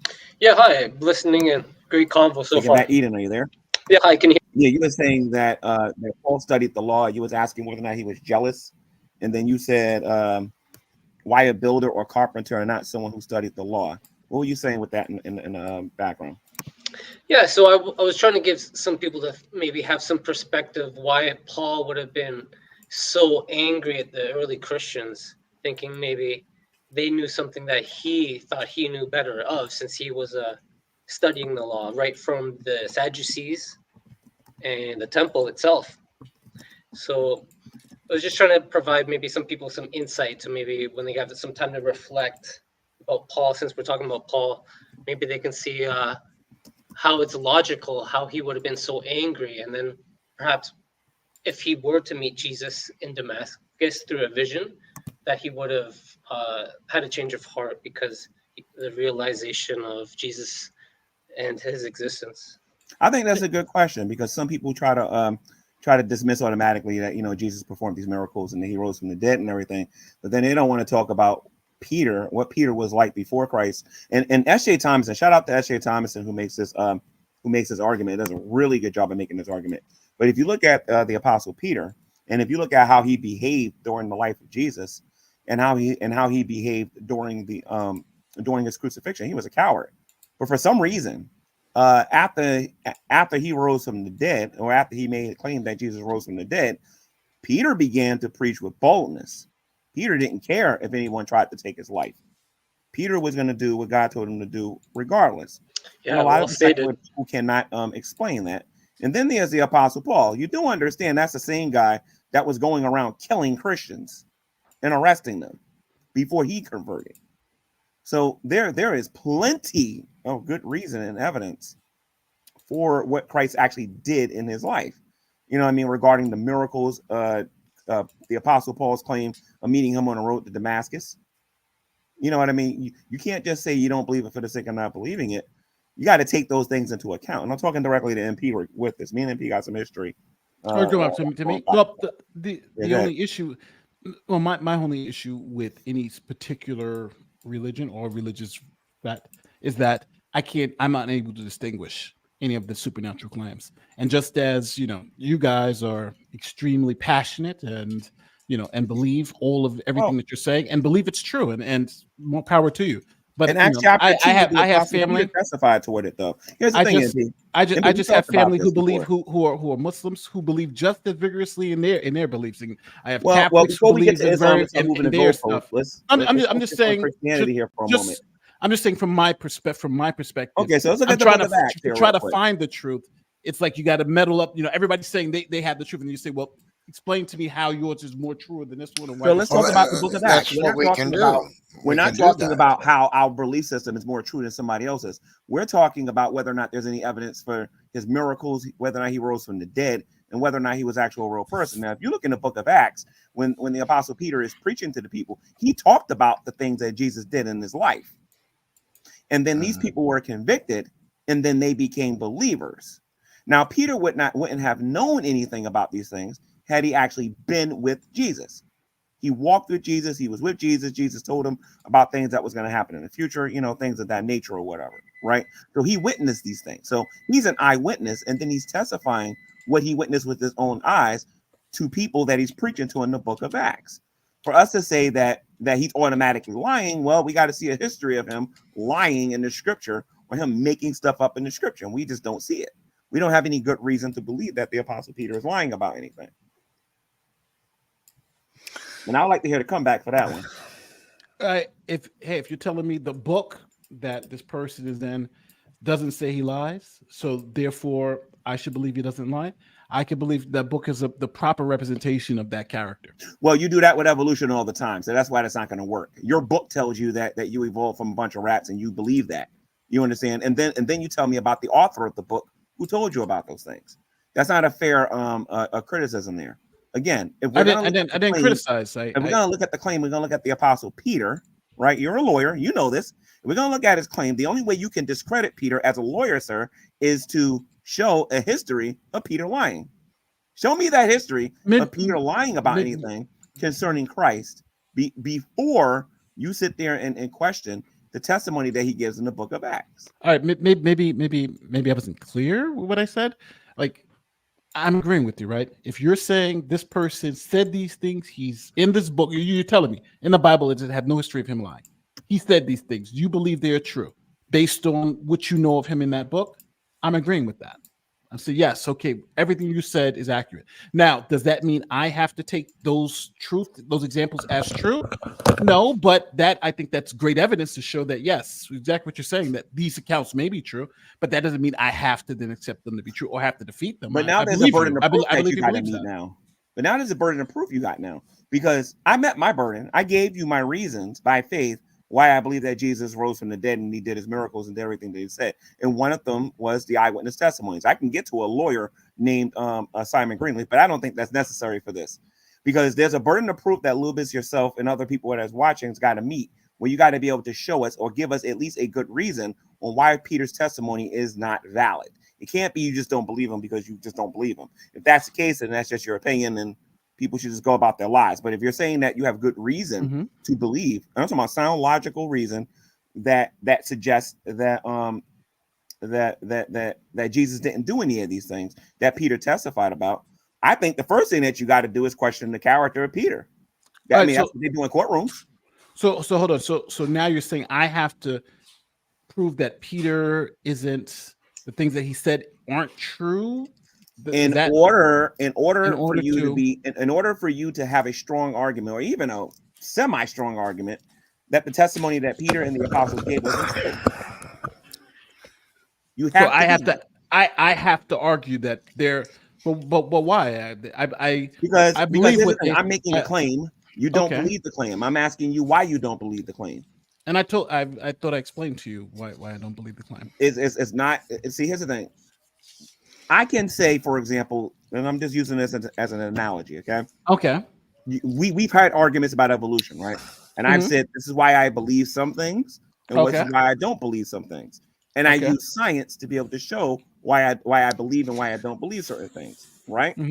In the same way, when it comes to the testimony of Peter and the things that we believe about Jesus, you got to look at the people making the claim, and you got to be able to give a good, strong reason on why the testimonies that they're giving is not valid. And if you can't do that, then whenever you're talking about this topic, you have to say to people, as far as Jesus actually doing the miracles that he did in scripture, anything that he's done supernaturally in the Bible, I can neither claim he didn't do those things, and you can't claim that he did those things, because you don't have a leg to stand on to talk about it.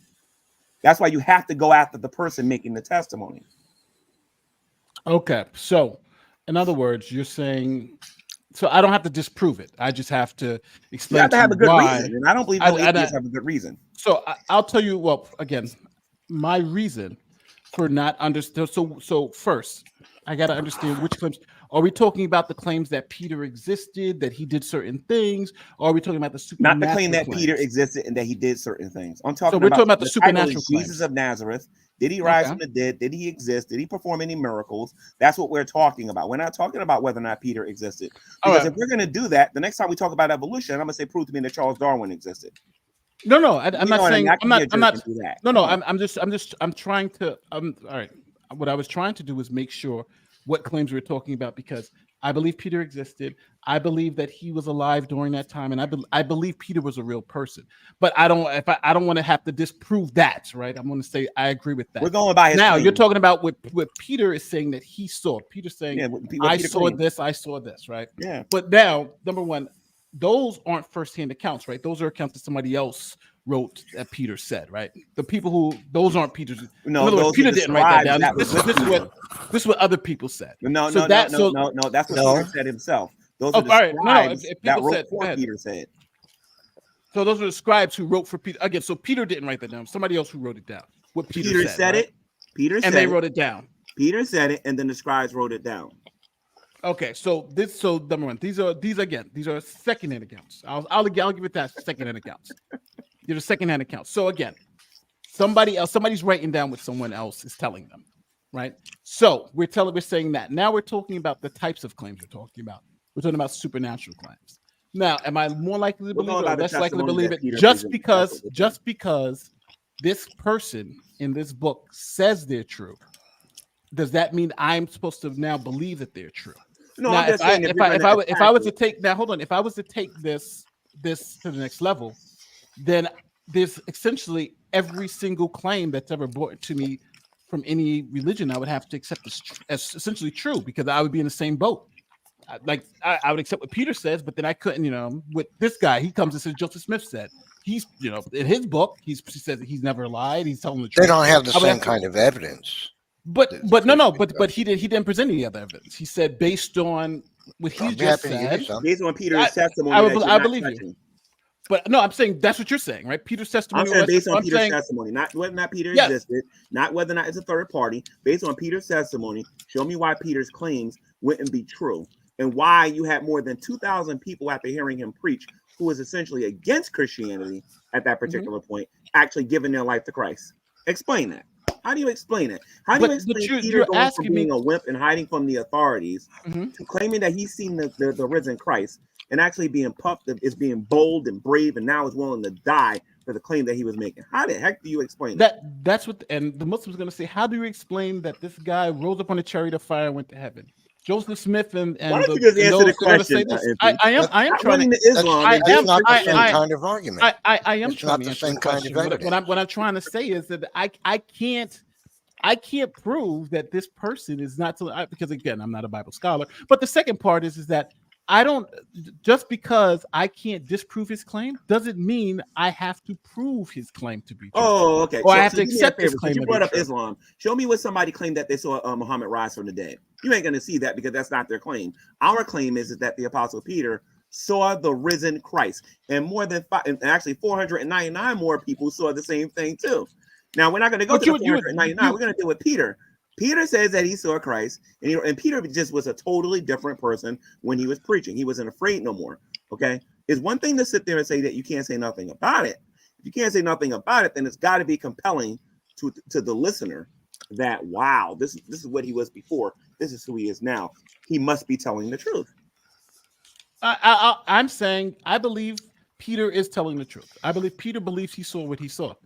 I can say that confidently, but that doesn't mean I believe that what he saw was accurate. That doesn't mean I believe the account from the person who wrote it down that said he saw is accurate.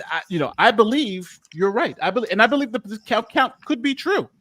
If this is the only thing that you have to say the account is true, then you're crazy. I got a lot more than that. I'm just harping on this to show, and I'm not going to say all atheists or all agnostics or anything like that, because honestly, it's just you and Lubitsch right now, and I've invited Steve McRae and a lot of other people into this room. I don't know if they're actually going to come. I invited Brett Keane, a whole bunch of other people in here, and they're not coming. But the point is, and I even avoided your boy Drag, OP Ed Fred now, as he calls himself.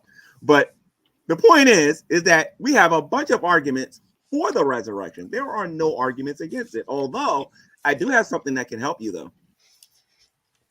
I have a video here that is dedicated on the idea that Jesus Christ never existed. There's a whole YouTube channel on it. And the whole topic is Jesus is a fiction and he never existed. Would you like to see it? Yeah. Well, hey, I've seen a lot of the crazy stuff, like what's it called? What was the one about that Jesus was the sun god, the movie that everybody loves? I forgot that one. It was like huge on YouTube. It had the 9/11 stuff in it too.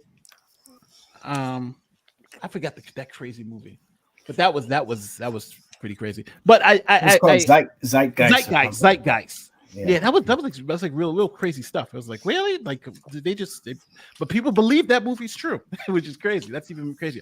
But anyway, But this is the channel, MP. Look, with you, called, this is it. This is it. The proof that this is the Zeitgeist. This is Zeitgeist movie.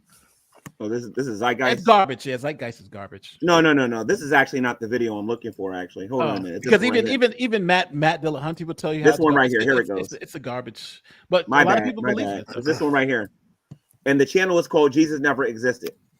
That's the YouTube channel. I play that video. I believe play this video. Everybody mute. And then when it finishes, we'll talk about it. Okay? No, it's 55 minutes, but just play the first 5 minutes. Oh no, we're not going to. No, it's 5 minutes. It's not 55 minutes. It's 5 minutes. It's 5 minutes. All right, so everybody mute. I want everybody to listen to this, and then we're going to respond to it. Okay? Nobody say nothing until it's finished. All right? Here we go.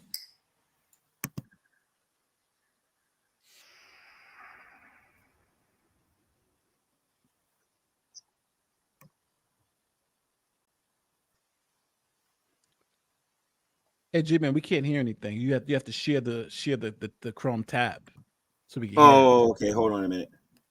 I have to share it. Yeah, you're sharing the screen, not the tab. You got to hit share, share tab so we can hear the. Hold up. Let me try it again. Hold on. All right. So let me share it again. Share Chrome tab. Yeah, and then it'll say audio, and then you got it. Okay, so I got the audio. And now just share the screen. Okay, now share the screen, right? All right, give me a second here. Counterfeit Christians, and then share. All right, can you all see that? Let me rewind it and then play it again. All right, here we go. See. All right. You hear that? Yes. Okay. Christians sometimes suggest that the story of Jesus must be true because how else would we have Christianity? They suggest that something must have given the gospel writers their ideas, even if they exaggerated a little. Now, these Christians naively imagine that without an historical Jesus, we have a terrible problem explaining the colourful New Testament story. But that isn't so. The answer is very simple, not to say obvious. In other words, the story of Jesus is counterfeit. It's simply rehashed earlier material. Now, defenders of the faith have had to respond to the charge of copying their ideas from the very beginning. For example, the Epicurean rationalist Celsus in the 2nd century said that Plato had expressed the same ideas put onto the lips of Jesus, but in a purer form. The satirist Lucian, also of the 2nd century, described the Christians as childlike, easily fooled by any charlatan who wrote gospels for them. Now, Christian apologetics spends a lot of time and effort trying to reject or marginalize the obvious wealth of evidence that the Christians copied their fables in depth and in detail. But unfortunately for them, they have one insuperable difficulty. The early Christians themselves admitted that the devil had read the Jewish prophets first and had arranged for the pagan religions to anticipate the entire life and death of Jesus. In other words, the mystery religions had been counterfeited in advance of the Jesus story. For example, the first voice of Christian orthodoxy, a man known to history as Justin Martyr in the mid-2nd century, actually said, "The wicked devils have imitated in the mysteries of Mithras the taking of bread and the drinking of wine. Justin also complains that when Perseus was begotten of a virgin, the deceiving serpent counterfeited this also. Justin even admits that in Jesus Christ, Christians are propounding nothing different from what the pagans believed regarding the sons of Jupiter. Now, the sons of Jupiter included such gods as Hermes, the word of God, Asclepius, the healer, and Hercules, a god-man born of a virgin who performed miracles, and almost killed as a child, he eventually became a god. Sounds a tad familiar, does it not? In fact, all the salient characteristics of Jesus were commonplace in the ancient world, and the early Christians knew that. They didn't even try to deny it. The pagans had had their shrines and fables for centuries, in some cases thousands of years before the Christians recycled the same stories into a Jewish context. Now, some of today's Christians, troubled one suspects by the widespread and detailed prefiguring of Jesus in earlier religions, respond in one of two ways. They either argue fairly desperately that Jesus deliberately set out to fit the prototypes, or that all these earlier prototypes were part of God's grand plan, as if he repeatedly initiated saviour myths in multiple cultures, differing only in marginal details, in God's own determination to get his message across, which illustrates more than anything else the determination of some people to cling to cherished ideas rather than face reality. But that doesn't make the fairy tale true, and it doesn't turn fable into history. Those stories remain as ever they were, astounding rubbish from the New Testament. All right. Okay, so this is I'd how like we're to gonna do make this. some comments on this. Okay, wait a minute, hold on a And minute. what was with that burst Wait a of minute, hold on a laughter? minute. You told us all to be Hold on a quiet, minute, but you hold on a burst out minute. Wait a minute, hold on, laughing. guys. Hold on a minute. Let me stop the screen share. Okay, so what we're gonna do is we're gonna do this. Okay, a little bit. You're gonna go first. Neff, you're next. Nephilim free. You're gonna be next. I'm gonna let Jill go, then MP, then Veckel, and then taking back Eden. But everybody's got a comment on the video. So Lubis, you go ahead, go first. Okay, yeah. Well, you tell us all to be quiet, and then you burst out laughing. So now you. Oh, it was hilarious. Go ahead. Yeah, you told us all. So now you're gonna lead the audience to thinking like, oh yeah, everything that was said here is stupid, but we had to stay quiet. That was not cool. That was taking an unfair advantage against us. And as far as what was said, was compelling. You know, that's all I got. All right. The next person is going to be Nephilim free. Go ahead now. Okay, so the author of that video made a couple of grand mistakes. One of them that he made that really I almost got a laugh out of it. He said that about Josephus commenting that the Mithraeans had imitated in Mithras the taking of bread and wine. Now, this demonstrates this author, the video, has a poor reading comprehension. Listen to that passage that was written by Josephus. Imitated in Mithras. So what happened is they imitated Jesus's event of his life in Mithras, not the other way around. This guy has a 6th grade reading comprehension. Imitated in Mithras. What was imitated in Mithras? In Mithras was imitated the taking of bread and wine of Jesus. They adopted it from Jesus into Mithraism. See? Now, secondly, I know that some are not going to believe what I'm saying, but there are no death and resurrection myths of a real historical person in ancient times outside of Jesus Christ. And in Mithraism, for example, Mithraism existed shortly before Jesus Christ, a century or two before.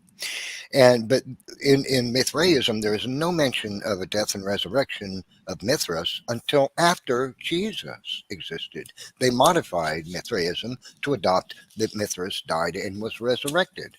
They stole it from Christianity, not the other way around. So this author has made some really really bad errors. The most egregious one that I saw was imitated in Mithras. In Mithras is something that's imitated, you see. He has a very poor reading comprehension.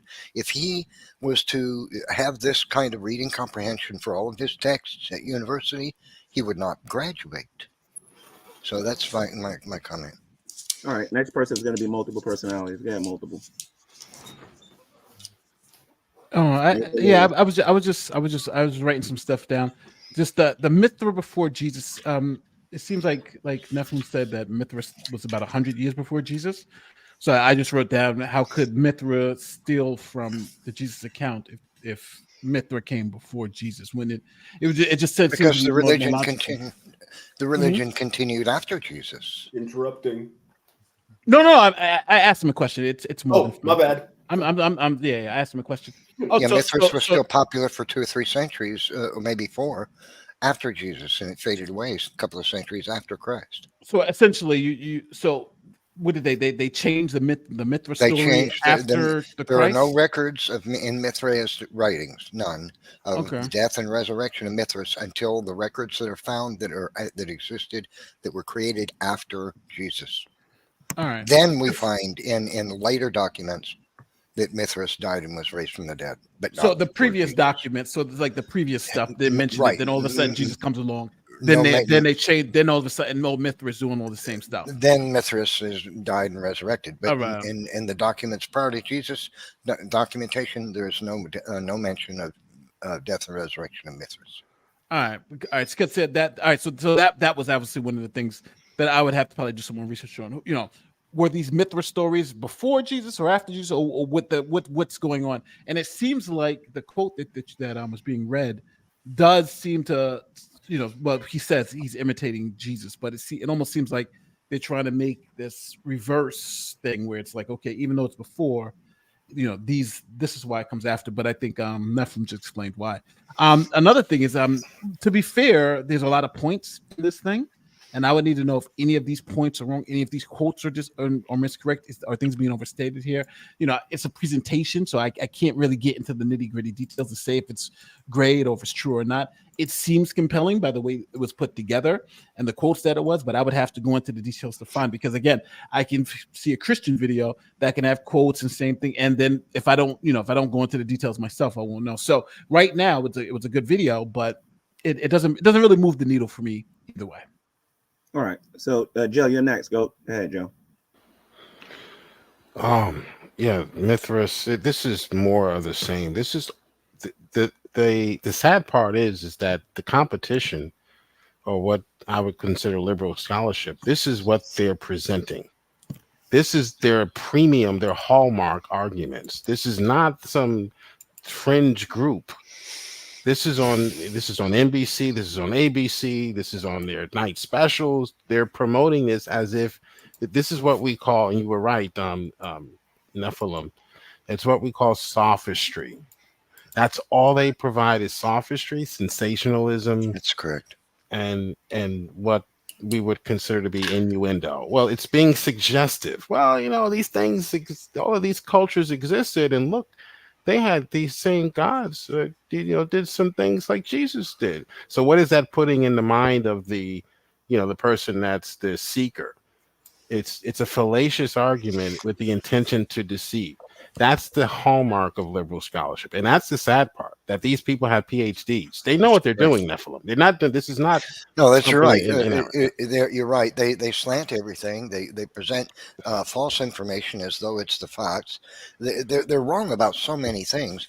And many Christian scholars who've been studying the Bible for all their life, in fact, many of them, ever since the late 18th century, since this country, the United States, was founded and before, have looked at these claims for more than 2 centuries, and they've refuted them one after another for almost 200 years. Let me just say really quickly, it's a lie by omission, because what they're not telling you is that there are several Mithra stories, and they're picking and choosing the latter Mithra epic story, or stories. Right. And I would point this out too, that almost every one of the guys that make all these claims about the Bible and about Jesus and stuff, almost none of them have studied the Bible for decades and are not actually scholars of the Bible. They're not experts in their field, but you'll find countless Christian scholars who PhD seminary graduates, right? These are PhD guys, right? Write article after article after article providing evidence that what these guys are saying is just not true. All right. So, Beckel, you got anything that you want to say about this, Beck? Beckel, wake up. No, I'm here. I'm trying to fix some stuff around the house, but I'm listening to the entire conversation. Let me ask you, Jay, real quick before I make my statement. Can you hear me? Yeah, we hear. Right. How old is that video that you showed? 7 years. Oh my goodness. It's 2024 now, probably. Wow. And people are still making these ridiculous parallelistic arguments. The channel is called Jesus Never Existed. Yeah. About the Mithra thing too. I totally agree with. Yeah, about the Mithra thing, I agree with that as well, because the same thing could be found with the character Krishna. They try to say Krishna was born on December 25th. There was a star in the east. He was born of a virgin birth, blah, blah, blah. But see, none of that stuff, as Nephilim pointed out, was written until after the advent of Christianity. After. So yes, Krishna came out before Christ, but again, as with Mithras, you had these religions that continue to exist after the advent of Christianity. And then you start seeing some new writings regarding these characters that predate Christianity. Same thing with Krishna. Same thing with Krishna. And another mistake they make is they'll point to an ancient Egyptian religion and say, see, Isis or this other one rose from the dead. If you study those texts, they didn't rise from the dead. Somebody else raised them from the dead. Jesus said, if you tear down this temple, I will raise it up in 3 days. He was talking about his body. He raised himself from the dead. But in these ancient Egyptian mythologies, somebody takes the body parts of somebody who was dismembered, puts them back together, and they raise him from the dead. That's not the same thing as Jesus raising himself from the dead. That's right. Same thing with Dionysus. They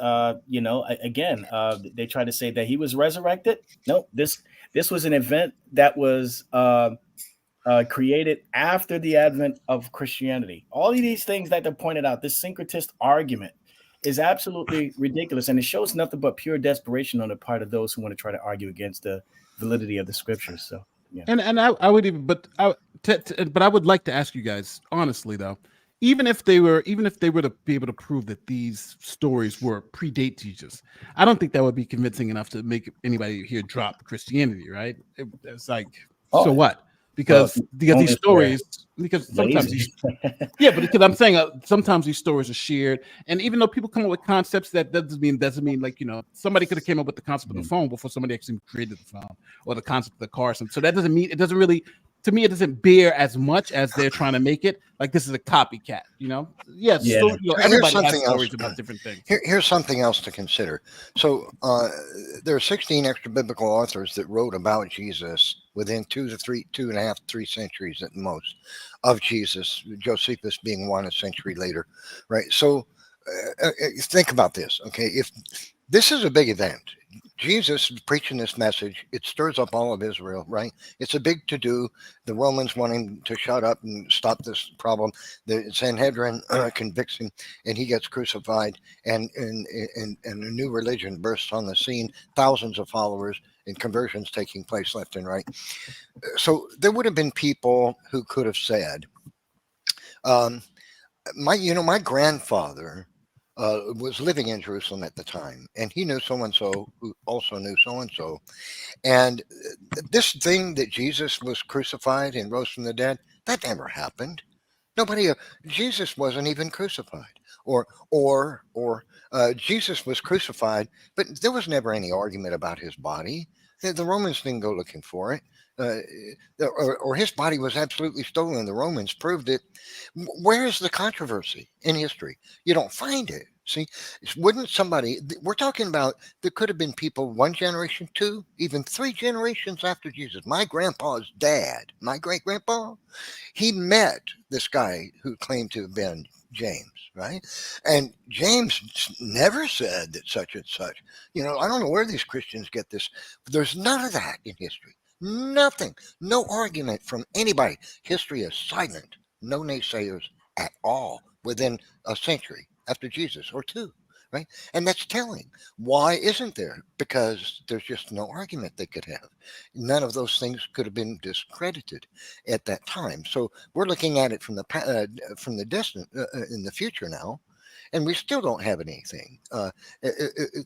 Nothing has ever turned up. All we continue to find is more copies or partial or complete copies of the New Testament, you know, a piece of it here, a little piece of it there. But we don't find any of these documents that so-and-so says, my grandfather's dad or my uncle, my great uncle, knew James or knew Peter or knew those guys that couldn't have happened because that temple was already destroyed when they said Jesus walked in there. What are these guys talking about? There's nothing, no controversy. That's kind of telling, right? I think I know how we can solve this mystery. We need somebody with a seminary degree to come in here. Lubis, Todd, is he around anywhere? We would love to hear his seminary expertise. Yeah, we're Todd Mellicote. Yeah, wait. I thought it was a cemetery degree. It is a cemetery degree. Yeah. You know what? Threw out that line. It got a 1. Can I ask you guys a quick question? Hey, Vaco, invite your cousin Dragon here, man. Invite your cousin in here. I want to ask you. Oh, go ahead, Nephilim. I'm sorry. Yeah, consider this idea. One of the most popular claims that people make who are denialists about the truth of the scriptures is the naysayers. Is they'll say they'll hold to what's called the conspiracy theory. They'll believe that the guys that wrote the New Testament, they fabricated all this. And they looked back in the Old Testament and they saw all these alleged statements and they took them and they rewrote that these things happened to Jesus to make it look like prophecies were fulfilled, right? So they fabricated it all after the facts. If you think about it, that idea, the conspiracy theory, is absolutely not believable. It just can't be the truth. And there's a number of reasons why. Firstly, for them to have plucked out all the prophecies in the Old Testament that could have been about Jesus and then write that these things actually did happen to make it look like these prophecies came true, they would have had a copy of the entire Old Testament in their possession. And all of them would have had to have studied it and conspired together, because they all testify to these things. They couldn't have done it individually. They tell of the same events, so they would have had to have been a team of conspirers, right? And they would have had to have had the Old Testament, the entire Old Testament, in their possession, because there's prophecies of Jesus Christ from all the way from Genesis through Zechariah. The entire Old Testament, except for the book of Ruth, has prophecy of Jesus in it, right? So, but here's the problem with that. It takes a scribe 8 months of his life, a professional calligrapher, one who is an expert at doing this. That's how he makes a living, because he's an expert with a quill and ink, right? It would have taken a calligrapher 8 months of his life to write an entire copy of the Old Testament. It's a huge project, right? You know what that would be in today's dollars? What you would have to pay somebody in ancient times? A man's salary for years is what this guy would have asked for, because they're professional calligraphers. They don't do copying for nothing. They would have had to have come up with tens of thousands of dollars by today's money, many tens of thousands of dollars, maybe $180,000 or $100,000 to pay this man to write an entire copy of the Old Testament. Is that plausible? No, not especially if you believe these guys made a living the way they did. The fishermen, no, these guys struggled to make a living. Matthew was a tax collector, a government employee. He was educated, but he had a paltry salary, probably. He's just a little tax collector, right? So these guys didn't have the kind of cash for that, right? Secondly, they couldn't have even gotten their hands on the entire copy of the Old Testament. What are they going to do? Go into the temple where the Hebrew soldiers are standing with spears and swords and say, hey, we're going to come in and rummage through the Old Testament and make notes every night while we're drinking our coffee. We're going to do this for a year so we can write down. And what does Hebrew soldier do? He puts his finger on the guy's chest and pushes him backwards out the door. The heck you are. Get out. So it's not going to happen. See, so how was it possible? How is it possible for there to be 365 prophecies of Jesus in the New Testament that are all throughout the Old Testament, unless they're true? Because you can't conspire. That conspiracy theory cannot be true. It's not ever going to work. It's absolutely not believable. But the prophecies are there. And scholars agree. Even secular scholars who are non-believers agree that the prophecies are accurate. They just don't believe that they're true. They acknowledge they're accurate about Jesus. So I would need some citations for that. I would need. Sure, Dan, I can give you one. Go ahead. I'm right. Well, I have to look for can you put it in the private chat? Well, that's a pretty astonishing claim. That's why I just want to make sure. Yeah, Dan Olinger. I'll just type it in the private chat. No, I can play it for you. It's an audio file. It's about 30 seconds long. PhD. Well, can you? Well, just can you? Because I like to search. Well, I don't have it in text. I have it as an audio file. Well, you have the person's name, right? Can I search the person's name? Yeah, his name is Dan Olinger. If you could just type it in the private chat so I can just copy and paste it. Okay, I will in just a moment. And while you guys are doing that, I'll play that audio file. I want you to hear it. I'll play it. No, you can play it. You can play it. I definitely don't mind hearing it. I just like to search it for myself with my eyes on. Yeah, if I can find it, it shouldn't be but a moment. Yeah. Take your time. Take your time. I put you on the spot. You know what? Matter of fact, we got a little pause. Okay, here it is. I've got it on the screen. I've got it now. How do I share this? Okay. Let me do that then. Hold on. How do I? Let me take it out of this. You have to go to StreamYard and go to share your screen, and then I have to approve it. It says present. PRE. It'll say present. Yeah. Okay. How do I do this now? I got to go to StreamYard. I'm in the studio. You mean? Yeah. And you go down to the bottom and we hit where it says present. I click present. Yes. Yeah. And then go to Chrome share tab. screen. Yes. I'll make it as apple juice. Well, I'm not using Chrome, so it's an audio file. Wait, let me explain. It's a multimedia file, so it's a Windows media file. It's going to pull up in media player. How do I share that? I have no idea. Okay, maybe I can. I can do. Listen, Nephilim. You can copy the because you're not using Chrome. Generally, you can copy the MP. You could pull the file into a web browser, and it'll play the file if it's an MP3. Yeah, I don't have time to write it in the code. I'm just going to play it right now, and I'll move my microphone close to the speaker. All right, do that. Yeah. Okay, so guys, listen up to this. Okay. Wait a minute. Let me bring him back. Hold on. Okay, there we go. Let me present him. Hold on. Right, I got to change my audio output device from my headset to the speakers. All okay. Right. Yeah. Let's see here. Okay, there we go. Go ahead, Neff. Wait just a second. Okay, here we go, I think. Yeah, okay. All right. Here we go. Play it louder. I will. All right, I will. By the 200s, every New Testament era writing that is not in the Bible, that includes the Gospel of Thomas, that includes the Apocalypse of Peter, the Acts of Paul and Thecla, the Didache, the Shepherd of Hermas, the Gospel of Judas. By the 200s, every one of those has been unanimously rejected. Nobody says they should be in the Bible. Nobody. Now, that's not the story you get from the purveyors of books about the Gospel of Judas. Okay, wait a minute. That's the wrong file, guys. Sorry. All right. That's the wrong file. Well, I don't have it in audio. I have it in text somewhere. I can share it on the screen. I do have a slide of it. No, if you just find it. put the guy's name in the private chat, I'll do my own. I can. And while you're doing that, I have another video that I want to show everybody. Arguing against the that Jesus. Hold on, can I ask everybody one quick question? Only reason why, because my all right. So we're doing a video tomorrow, and I want to ask everyone's opinion on this issue. So there's three choices: not guilty, guilty of crime of passion, murder as a crime of passion, or guilty of murder as a hate crime. Here's a story. In Minneapolis, Minnesota, a young man was walking down the street, and a woman comes up to him, and they strike up a conversation. During the conversation, the woman says she wants to have a fun time with this young man. So they go back to a particular place and have their fun. Lo and behold, he realizes that the person who he thought was a woman was actually a man. So he then pulls out a pistol and ends her life. So the police are charging him with the crime. So some people are saying that he should be charged with murder as a hate crime. And the reason being is because he killed this person because they were transgender.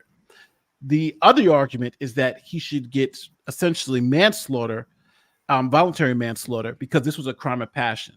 He was so angered after discovering that this was actually not a woman that he killed her. And then, you got some people saying that it's not guilty or whatever, but for whatever reason. But that I think is really a non-play. So I'm just asking everyone, how do you guys feel? Because I don't see the hate crime piece of it, but a lot of people are making the argument that this could be seen as a hate crime. I think it's more of a crime of passion. But go ahead. I say manslaughter. That would make sense because he was tricked.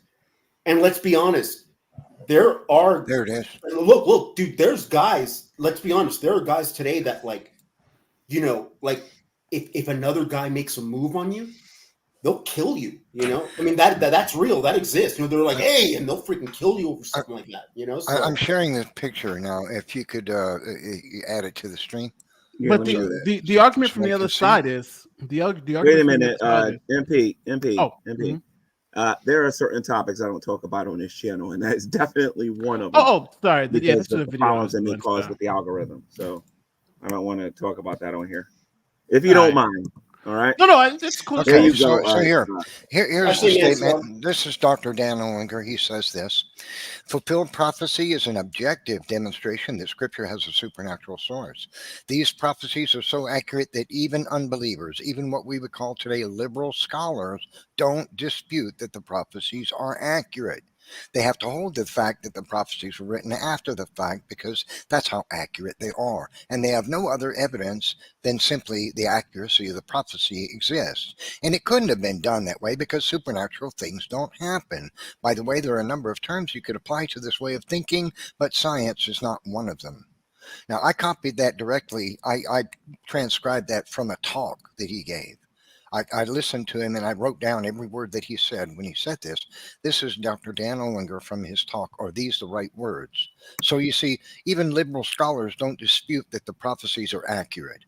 What we do here is a lot of naysayer, modern day younger atheists who say, oh, the prophecies aren't accurate. They're very, they're wishy-washy and they just, that's roundabout. That's not accurate. No, that's not what your camp's academics say. They say they're accurate as they can be. They just refuse to believe they've actually happened. Right, and from what I'm looking at here, the main objection seems to be, and again, tell me if I'm wrong with this argument, but the argument that seems to be being made is that the Bible since the Bible was written later, after the prophecies were fulfilled, the people who wrote the Bible wrote the prophecies in because they already knew that they had been fulfilled. Right, so in other words, they were back writing the prophecies. As I pointed out, that idea is not believable. Good question too. A couple of reasons. One is they would have had to have had a copy of the entire Old Testament. Two, when they couldn't have. Two, in doing this, they're creating a quote unquote new religion. What this ended up happened for them is it made them ostracized from their own culture. The Jews hated them for it. They lost everything they owned. Then they become hunted by the Roman Empire, the largest and most organized army in the world. So, hey, here's the scenario. James was sitting around talking to Peter. Hey, Peter, I got an idea. What's that, man? Well, we're going to come up with a new religion. Oh, okay, sounds kind of cool. But here's what's going to happen. Well, what's that? Well, everybody's going to hate us for it. We're going to lose our homes, everything but the shirt on our back. Nobody's going to like us. If they find us, they're going to want to stone us. Tortures. And not only that, the Romans are going to want to hunt us down and kill us. Sounds like a great idea, huh? We just need to get 12 more guys, it. Does that sound like a plausible idea to you? No. Also, Nate, do you know how many books are in the KJV Bible? 66, right? Yeah. So remember, when you say the Bible, remember there's also these books span 1,000+ years and Yeah. authors, Well, many authors. So you have to two keep things, that in but mind. I don't, I'm not, well, I don't know about the motives of the people who are doing what they're doing. You know, again, people have crazy There couldn't motives in have the been a sense that, strong and enough motive. no, That's you what know, my point is. but I'm saying, It couldn't have happened. yes, I'm saying, I can't talk to the motives priest about it, but what I can talk to, and what I can, like, my only objection would be, you know, if you know, I don't think you answered the objection in a way that maybe Well, I just didn't understand it, because the here's objection, hold on, the only place. the objection is very just simple. I'll be right back, guys. You guys get in and talk away. I'll be back. Here's the only place you can go. You can say I'm gonna start cussing. and be intellectual. Here's what you can do. You can say, okay, the prophecies are accurate. Okay. They did write these things, and they believed what they wrote was true. These guys Okay. absolutely did believe, and that's what academics believe. That's what Mm-hmm. the secular academics all believe, even the non-believers ones. They admit the apostles or the secretaries who wrote those documents by hand believed 100% what they were telling was the truth. Okay. Yes. But correct. but it's not intellectual. It's not rational to say they invented it. They faked it. They wrote it up. Fake story. No, if you That's believe not it's true, possible. you can't You're fake it. stuck Yeah. with one thing. They believed everything that they said, and yet it wasn't true. That's the only place you can go. What Yeah, I they- would they do can't- as they can't. what I would do, Nate, if I were in your position, is ask the people who are telling you this innuendo, who are feeding you these suggestive commentary that you're reading, to show some hard evidence. If it was written after the fact, and that's their argument, you call that an argument. That's a claim. That's just an assertion to me. They're not making an argument. They're not providing any facts or evidence for this. Then have them produce some sort of hard evidence. If you could prove that it was written after the fact, there's a way you could prove that. If you can find an extant manuscript, a surviving manuscript that has the story written a different way, an older surviving manuscript that shows that, hey, someone came in and changed this later, therefore proving the legendary corruption that the innuendo is suggesting happened. That's what you would need. You would need evidence, hard evidence. That's not an argument, Nate. So we don't really need to respond to that. We did already. We've already established like what you're saying was already established like an hour ago. Like when we said all the accounts were written after the fact. No, that wasn't. Then we went to the contemporary about Paul. Paul was a contemporary, but he never met Jesus, so he had to write all the accounts after the fact. And we said, oh, yeah, so everything was written maybe 10, and then hold on, Nephilim Free even said even the biblical accounts were written like 2 to 10 years after the account. So we have already established. So hold on. So we already established the account. No, we didn't. We're talking about prophecy here. We're written afterwards. So in other words, you're saying that's not the Bible and stuff. Those accounts were written before. The prophet, all right, for Daniel, for instance. Okay. Daniel is talking about events that are occurring in the 6th century BCE. Yet the liberal scholars dated in the 2nd century after Christ, or 2nd century BCE. Is that right? Yeah, 2nd century. I'm not sure. So they place it 400 years, even though it was written in the time. They suggest that it was written after the fact, after all of these events. Well, have them show some sort of evidence to at least have us believe, okay, yeah, this might have been written after the fact, instead of just putting that information out there for you to pick it up and grab it and believe it by faith, blind faith. No, that's well, isn't that the reason why I asked the question?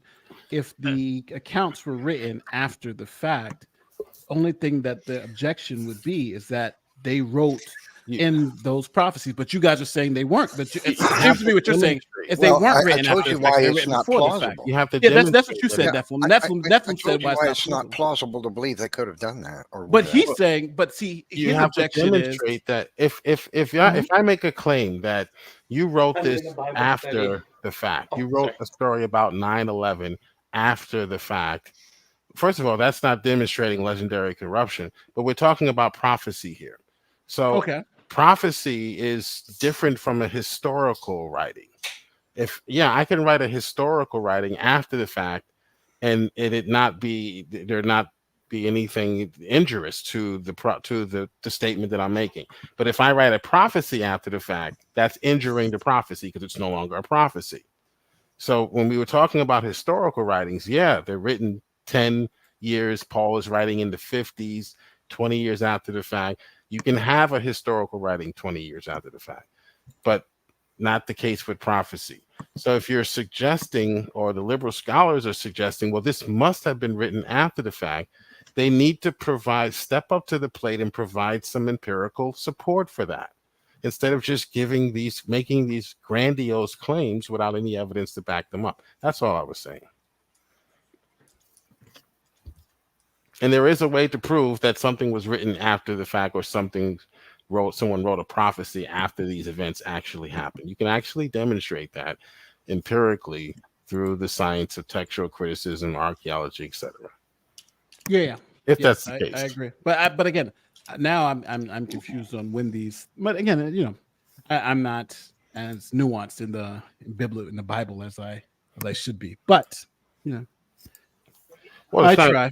You don't have to be an expert in the Bible to ask these people who are saying these things for what support do you have. Now, the best I've heard from some of the liberal scholars is that, well, the language that Daniel was using in this section was language that was only found in this era. So they're trying to come up with ways to suggest, hey, this was written after the fact. But most of the arguments, if you actually take a look at them, are really weak.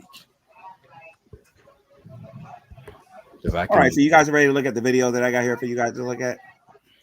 Oh yeah. All right, so let's take a look at this here real quick. Somebody said this was zeitgeist. I don't know if that's true or not. We're gonna take a look at it in a minute. Then we'll get into it. Feel free to promote your YouTube channels if you guys are gonna leave early or whatever. Feel free to promote your channels before you go.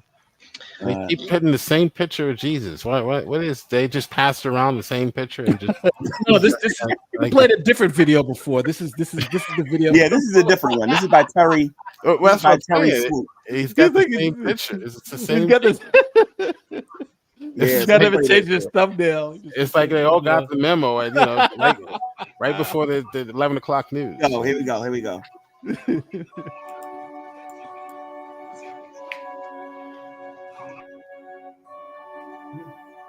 Jesus is white. Yeah. Outside of the Bible, He's from Detroit. There's no physical evidence that Jesus ever existed. Oh, there's no skeletal remains. There's no DNA evidence. There's no physical evidence whatsoever. Can you pause it right here for a second? That Jesus ever existed. Yeah. But see, that the one bad thing about the argument is that you can say that for a lot of historical figures. There's no skeleton, there's this, but we obviously know that they existed. So I think this person is just over exaggerating the fact that since you don't have the body, like right now, we don't have the body. For instance, we don't have the skeleton for Osama bin Laden, right? Because they buried him out to sea, but we know he existed. So I think this guy's already. He said DNA. He went as far as DNA. Yeah, there's no DNA. Yeah, like we know there's other ways of knowing people existed. Like I know my great grandmother existed. Yeah, right? I mean, shouldn't we have some kind of verification from Josephus that they had already scanned his DNA? And I mean, Josephus says they didn't have it. They didn't have his DNA. No, but this is what I mean by pushing the argument too far, by trying to get overzealous. You know, you have to kind of be reasonable with trying, because obviously this guy doesn't believe Jesus existed, but I think he's just overplayed his hand too early, and just you got to build up to it. All right, let me play some more. The only so-called proof of Jesus' existence is in the Bible. But what people don't realize, the Bible is just a man-made written book. It's not the word of God, it's the word of man. And most of the stories in the Bible were stories that were stolen from other religions and other myths. The biblical story of Jesus was stolen from the story of Horus, which was written 2,000 years before the story of Jesus was even written in the Bible. Horus had 12 disciples. He was born from a Virgin Mary. He was crucified and resurrected and rose 3 days later. The same exact story as Jesus. This is all BS. Except that's his not story true. was written 2000. Yeah, none of this is true. That's not true. He's got wrong None of this is information. true. Yeah, none of this is accurate. It wasn't. He didn't have 12 disciples. This is all nonsense. Yeah, he's been spoon fed something. Yeah, I don't know where he's gotten this from, but it's all nonsense. Let's continue. 1,000 years before the Bible was even written. This shows that most of the stories in the Bible are just stories and myths stolen from other religions. And they put this in one book to control the masses, to brainwash. Now, there's something I want to say about that. First of all, the Bible is not a book. The Bible is a library of books. It was written over an extremely long period of time. He's showing his ignorance, and he's showing he's never actually read it. But anyway. And they're going to start a new religion that's controversial and create a big stir to control the masses instead of create chaos and trouble? No. Give me a break. And the best way to do that is that's to not even logical. They're going to worship. They must be crazy. That's not logical. Not at all. Doesn't make sense. That's like I'm going to create some. I want to control the masses, so I'm going to create havoc in downtown. Oshkosh. We're going to start turning cars over and everything because we want to create control. We're going to get in trouble with the law and cause trouble because we want to start controlling people.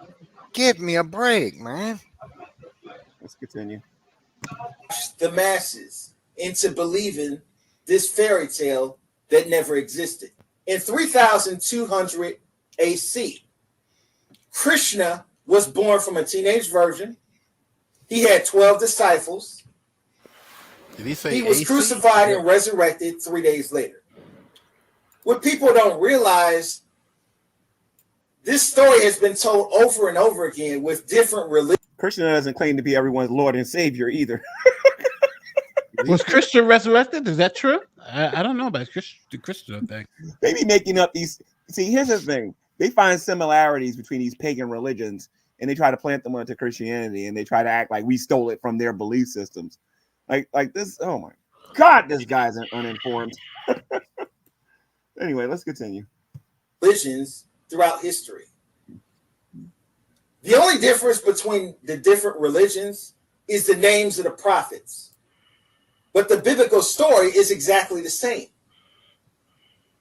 And this has been used. That's not true, but I'll wait till this is finished. Yeah, I don't know if it's exactly the same. I think it's not even close to being the same. Used over and over again to control the masses, to brainwash the masses.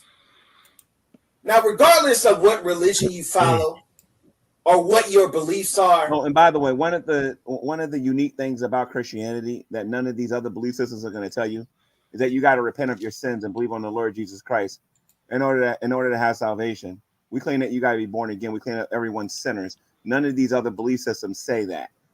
Not Horus, not Mithra, not Krishna, not Dionysus, not any of these other belief systems. Does that really make a big difference? It makes a huge difference because he's trying to say that we got the same story as these other religions, and we don't. And they're saying that we got the same stories. Clearly, don't know what these other belief systems believe. I think a better word would have been there are some similarities, and then there are similarities. But I think there are similarities that they claim happen with their deities, but at the end of the day, Christianity is quite unique from these other pagan religions that they have there. And the very fact that they're pagan should tell you something right from the word go. But anyway, Yeah, does anyone use their name to blaspheme? No, only Jesus' name is used. So it is unique, you're right. What? It's only human nature that a person is going to follow what they're raised to follow. If you were raised in a Muslim family, you're going to grow up believing in Muhammad. Okay. So I'm going to stop here and I'm going to talk about this one here for a minute because I'm sorry. I'm living proof that that's baloney. When I grew up in a household where my dad was a Nation of Islam Muslim, okay, and my mom was a professing Christian, which she would even admit if she was still alive during that time that she was not. All right. And I never once claimed to be a Muslim one time. Although if you see my baby pictures, you'll see me wearing the religious garb of these Islamic temples or whatever. But I never claimed to be a Muslim one time, so that's baloney. Well, what were you then? That's Because the you became society a Christian in your argument 20s. that people back in the day used to come here and try to argue that whatever your parents were, you more than likely was going to be that thing. That's not always true. Once a child gets to an age where they can think for themselves, you'll notice that most of the time they're going in different directions, especially in some of these so-called Christian homes. So let me Yeah, we'll Well, see. I honestly. Go ahead. No, I'm going to leave in a couple of minutes, but I wanted to say thank you guys so much for having me, and it was great seeing you guys again and talking with you guys again and going through this. But my position's always been as it's always been, right? I have family members who are Catholics, Protestants. I have some who are 7-day Adventists. I have some who are Muslims. Hopefully, one day it'll change. So it's you can all the whole. Hopefully one day to change so you can have eternal life. But the one thing I will say is that, it's tough for me to say these things aren't true or I don't believe these things because, again, there's the same stories that my Muslim uncle tells me and, why I have to believe them. I just need I need something that's more compelling to lead me to one way or the other because I think everybody's saying believe us because ours is true. But, again, I personally can't distinguish which ones are true. So if you guys, these guys who believe that, you guys who believe this, more power to you. And I hope one day, if this is true, you guys will be know it's true for sure, and everyone else will know it's true. If it's not true, I know it's then you true. guys will come to the reasonable realization that it's not true. But right now, I'm not convinced, but I leave my mind open to being convinced. So with that said, guys. All right, so let me get back to the video then. Thanks, MP, for coming over. I hope you don't go to hell, MP. Thank you for coming over, MP. Let me play the video. If you were raised in a Christian family, you're going to grow up believing in Jesus. And for a lot of people, no matter what evidence you provide to prove to them that these man-made religions are nothing but bullshit fairy tales. Oh, boy. There's some people that are going to believe this no matter what. By the way, for those of you who have been following the series I've been doing on my YouTube channel about the global one world religion, I want you to keep in mind who's the ones that's leading the way with that. His argument that if you grew up in a house, that you're more likely going to be that belief system. Just remember, there are people in the Middle East that are becoming Christians all the time. Just remember that. And this is why I'm against organized religion. Organized religion does nothing. If he was against organized religion, he wouldn't have his atheistic beliefs because he's in one himself. But let's continue. But divide people. It does nothing but create chaos. Millions of people worldwide are murdered over religious beliefs. Are murdered and slaughtered over religious beliefs. Are we allowed to laugh at certain areas? The only way we're going to have world. Oh, wait a minute. Hold on. Let me hear this. Peace in this world. People are going to have to start thinking for themselves. People are going to have to stop following these man-made religions. Because these man-made religions do nothing but divide people. Okay, so we definitely are going to talk about this one. Because if I've done nothing on this YouTube channel over the last 10 or 11 years or 12 years on here, I have definitely shown that particular statement he made was nonsense. Now, yes, I do believe that people need to learn how to think for themselves, but he presupposes that Christians don't think for themselves. Let's stick to Christianity here real quick. We're not going to talk about no other religious system unless somebody else feels the need to do it. Joe, you there, Joe? Are we allowed to laugh in areas to gain an unfair advantage? Can we do that? What's up? You can laugh if you want. If you heard something funny. Okay. Anyway, Joe, let me ask you something. Did somebody put a gun in your head and force you to become a Christian? Joe? No, I don't recall. Have you ever seen somebody have a gun put to their head and they've been forced to become a Christian? No, I see that in Islam. But see that with the Catholic Church too. We see that through the Inquisitions, that if you denied something that was if you denied Roman Catholicism was the truth, that they burned you at the stake. Aren't you going to laugh, Louis? Show us what you know. But the fact is that there are belief systems where people are forcing you to believe those things.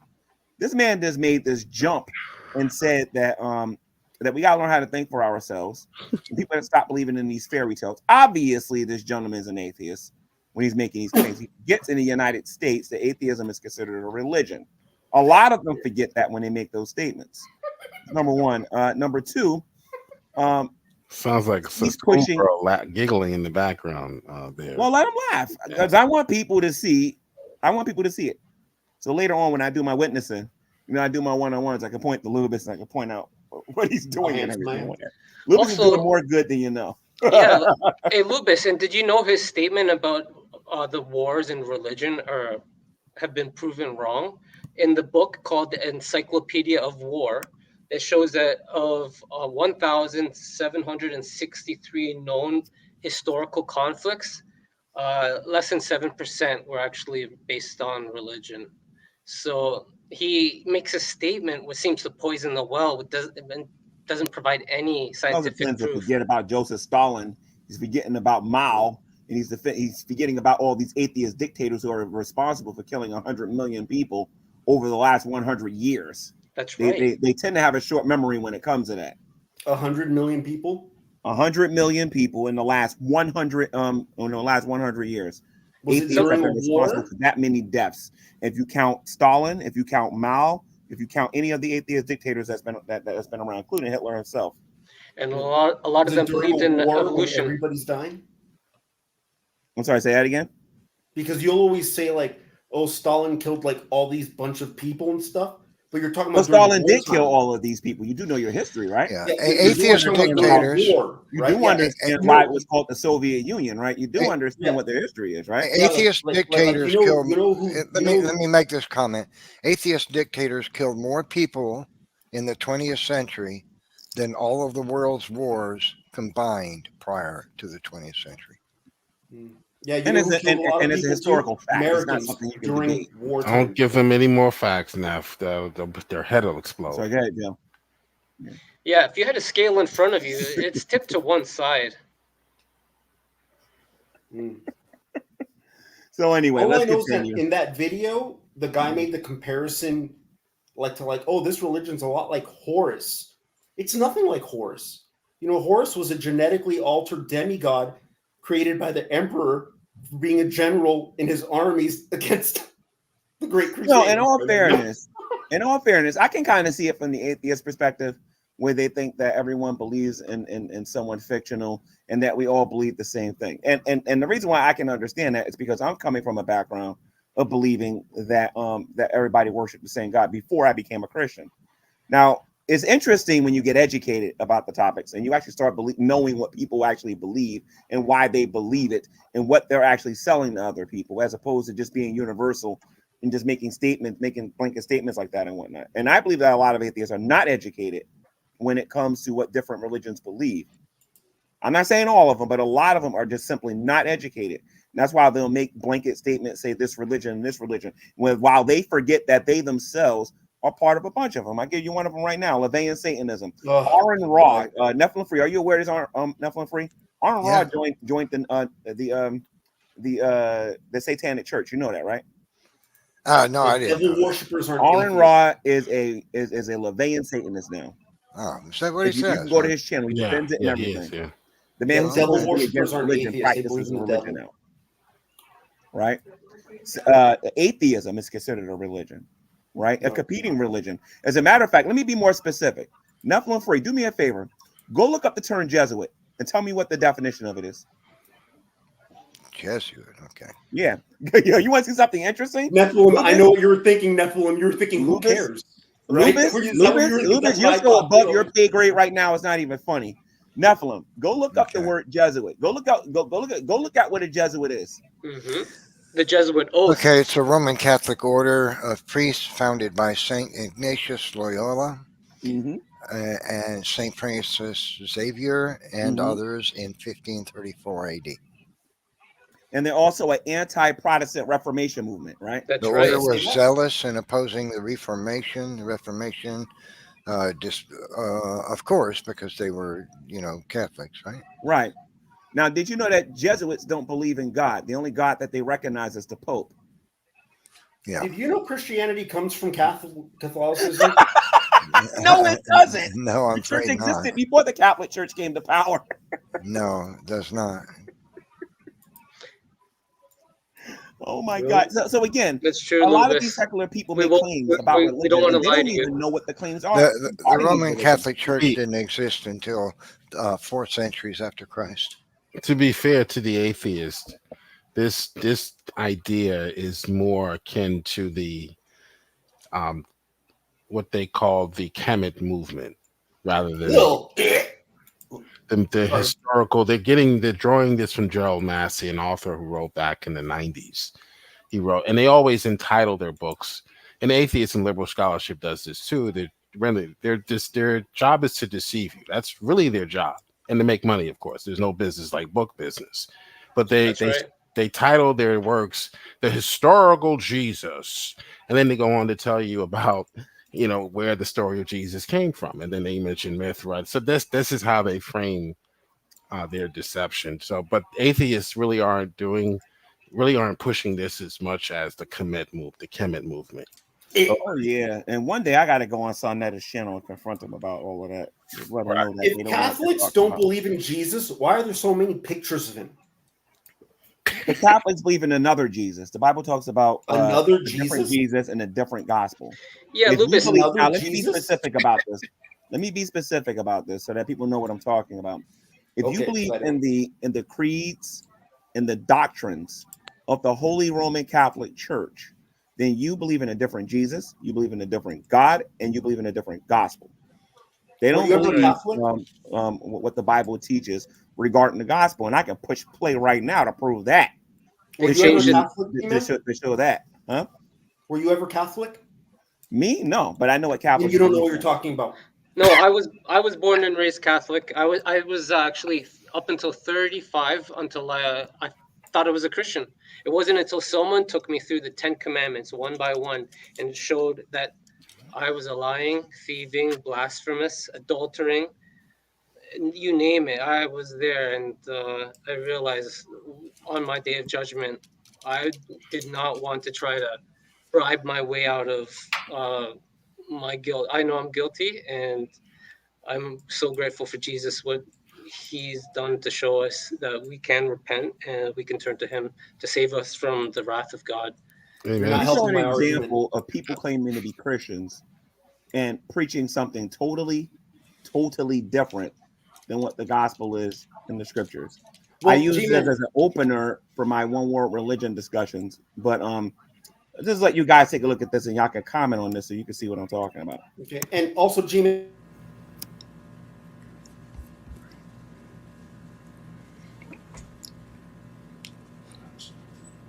To twist it around and get it to say what you wanted. You can make the Bible say anything you wanted to.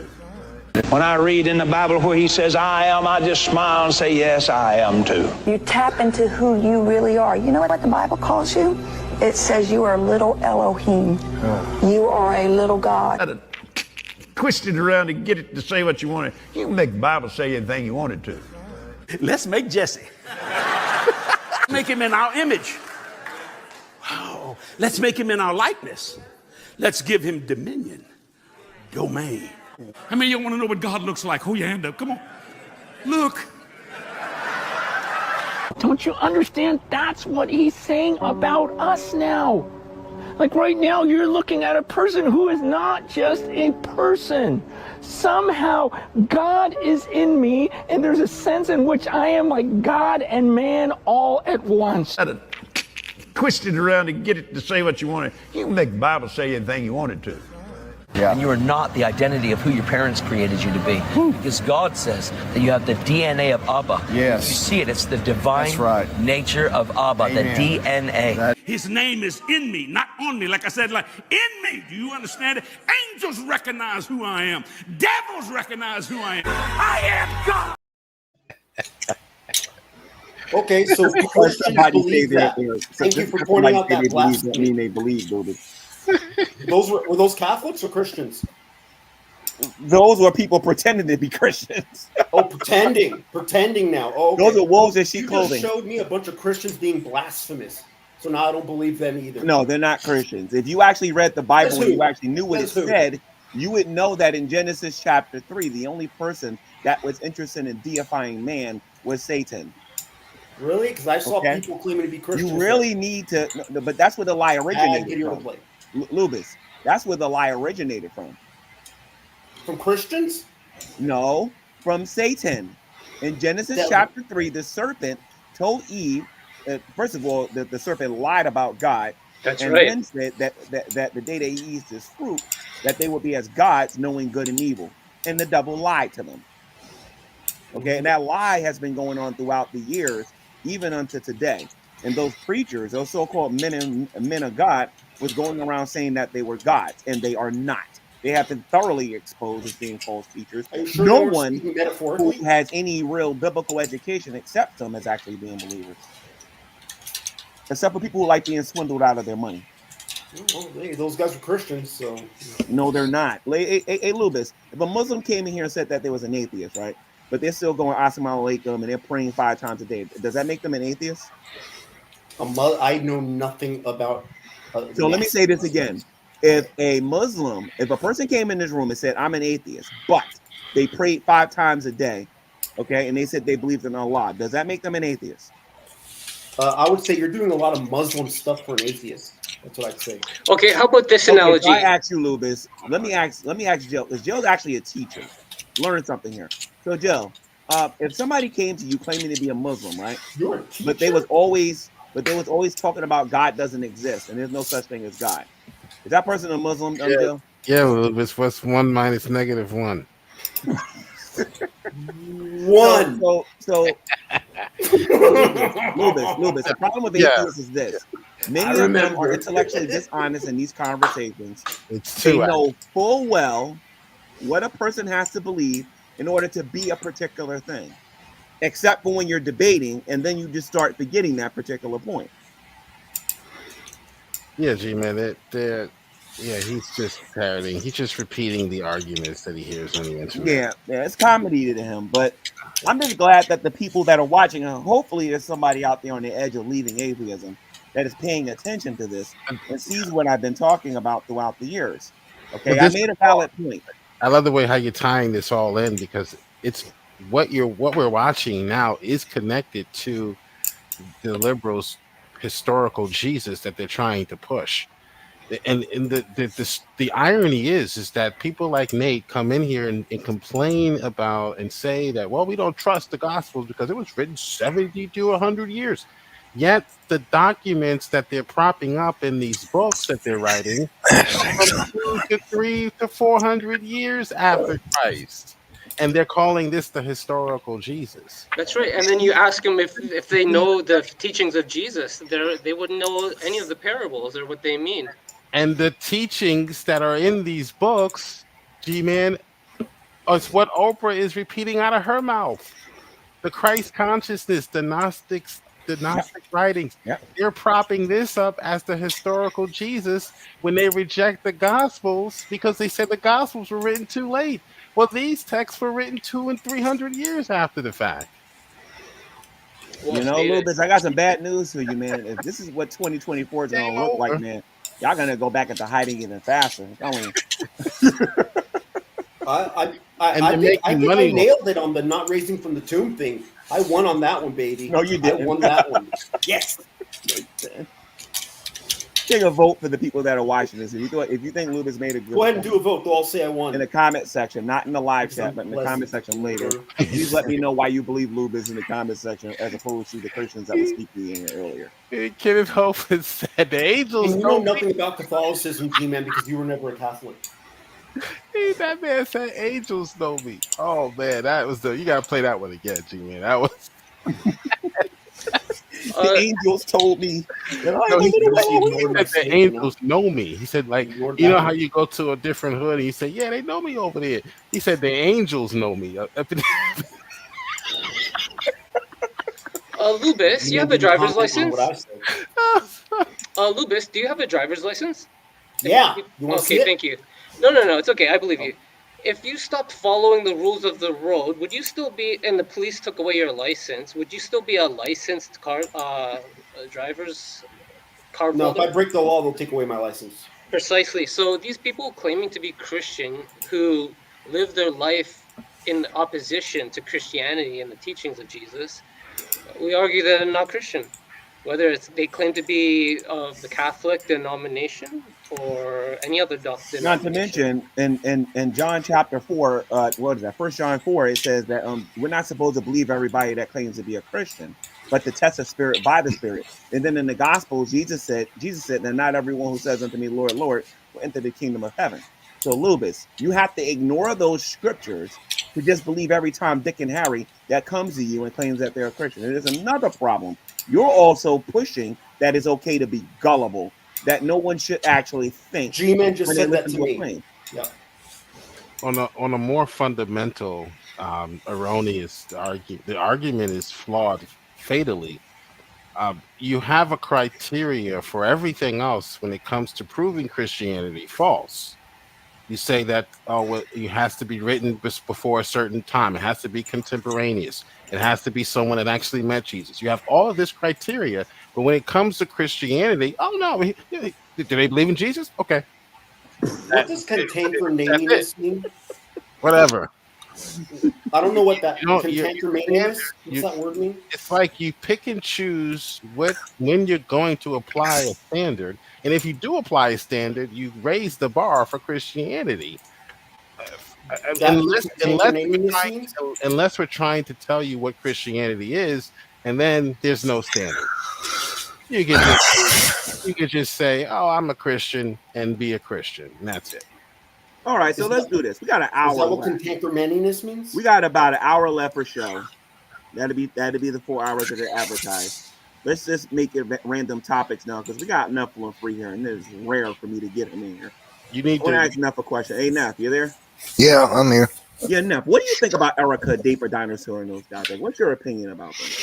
About what exactly? I'm sorry. Erica and Dapper Dinosaur. Dapper Dinosaur. Yeah. Well, I'm not too familiar with either one. With Dapper Dinosaur, I think I did a rebuttal to one of his videos a long time ago. But well, I mean, they make the same kind of arguments. The assumptions of homologous structures, comparative anatomy. This proves evolution. That kind of thing. The transitional forms in the fossils, which don't actually exist. The same the same claims, but Erica is bright, and she's one that will find some little technical detail about evolution theory and bring it up, like a particular gene that was found in a particular fish and in another species of fish that they claimed came into being millions of years later, and see, that proves common ancestry between all types of fish, and this fish evolved from that fish, and it's all fishy, but it's true. See? Yeah, Erica and so she's slick at doing that kind of thing, right? Yeah. Pulling up details that you probably are not familiar with and then saying, see, I got you. This is proof of evolution.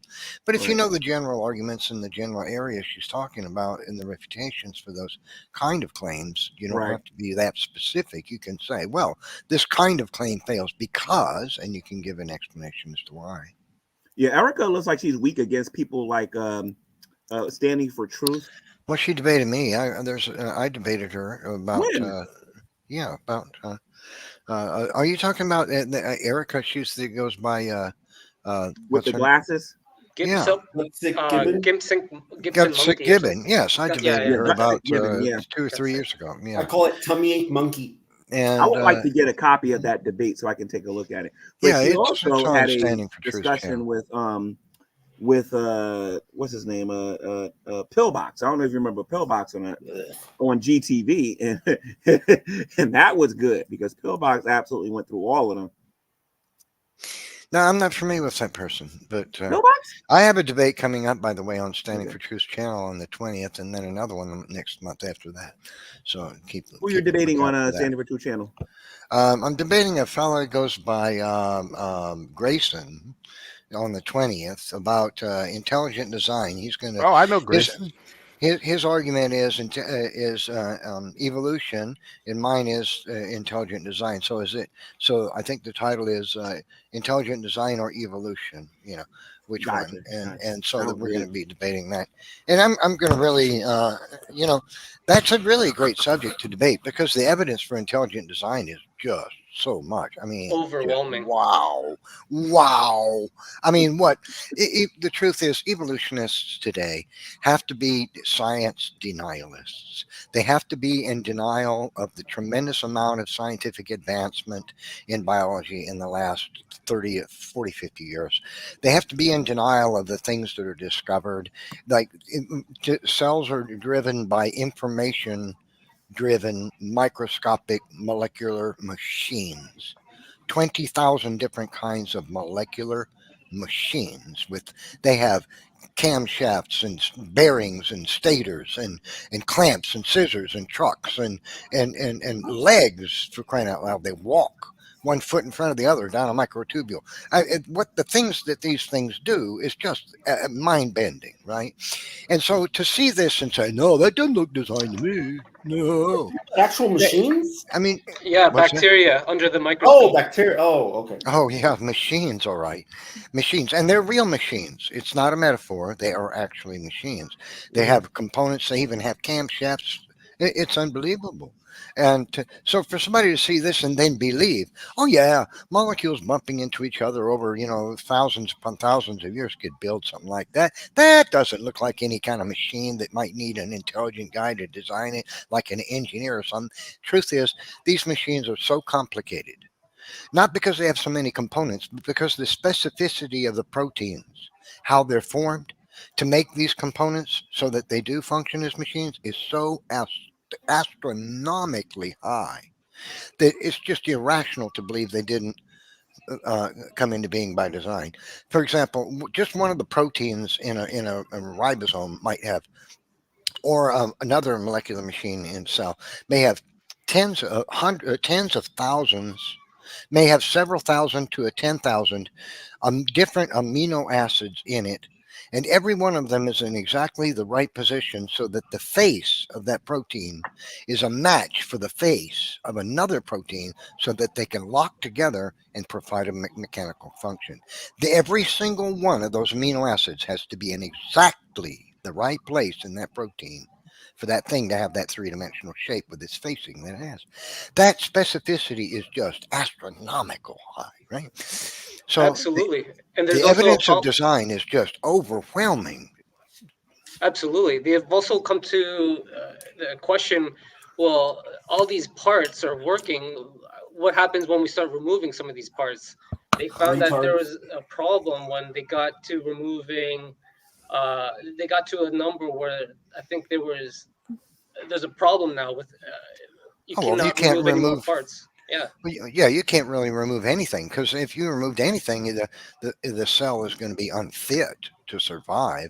It may survive for a while without something, but it's not going to perpetuate itself. You've screwed it up. It's not viable anymore. So it needs everything. It's all interdependent with other things in the cell. So what if I said that the intelligence behind all that is evolution? Well, that can't be because evolutionism is a chemical process.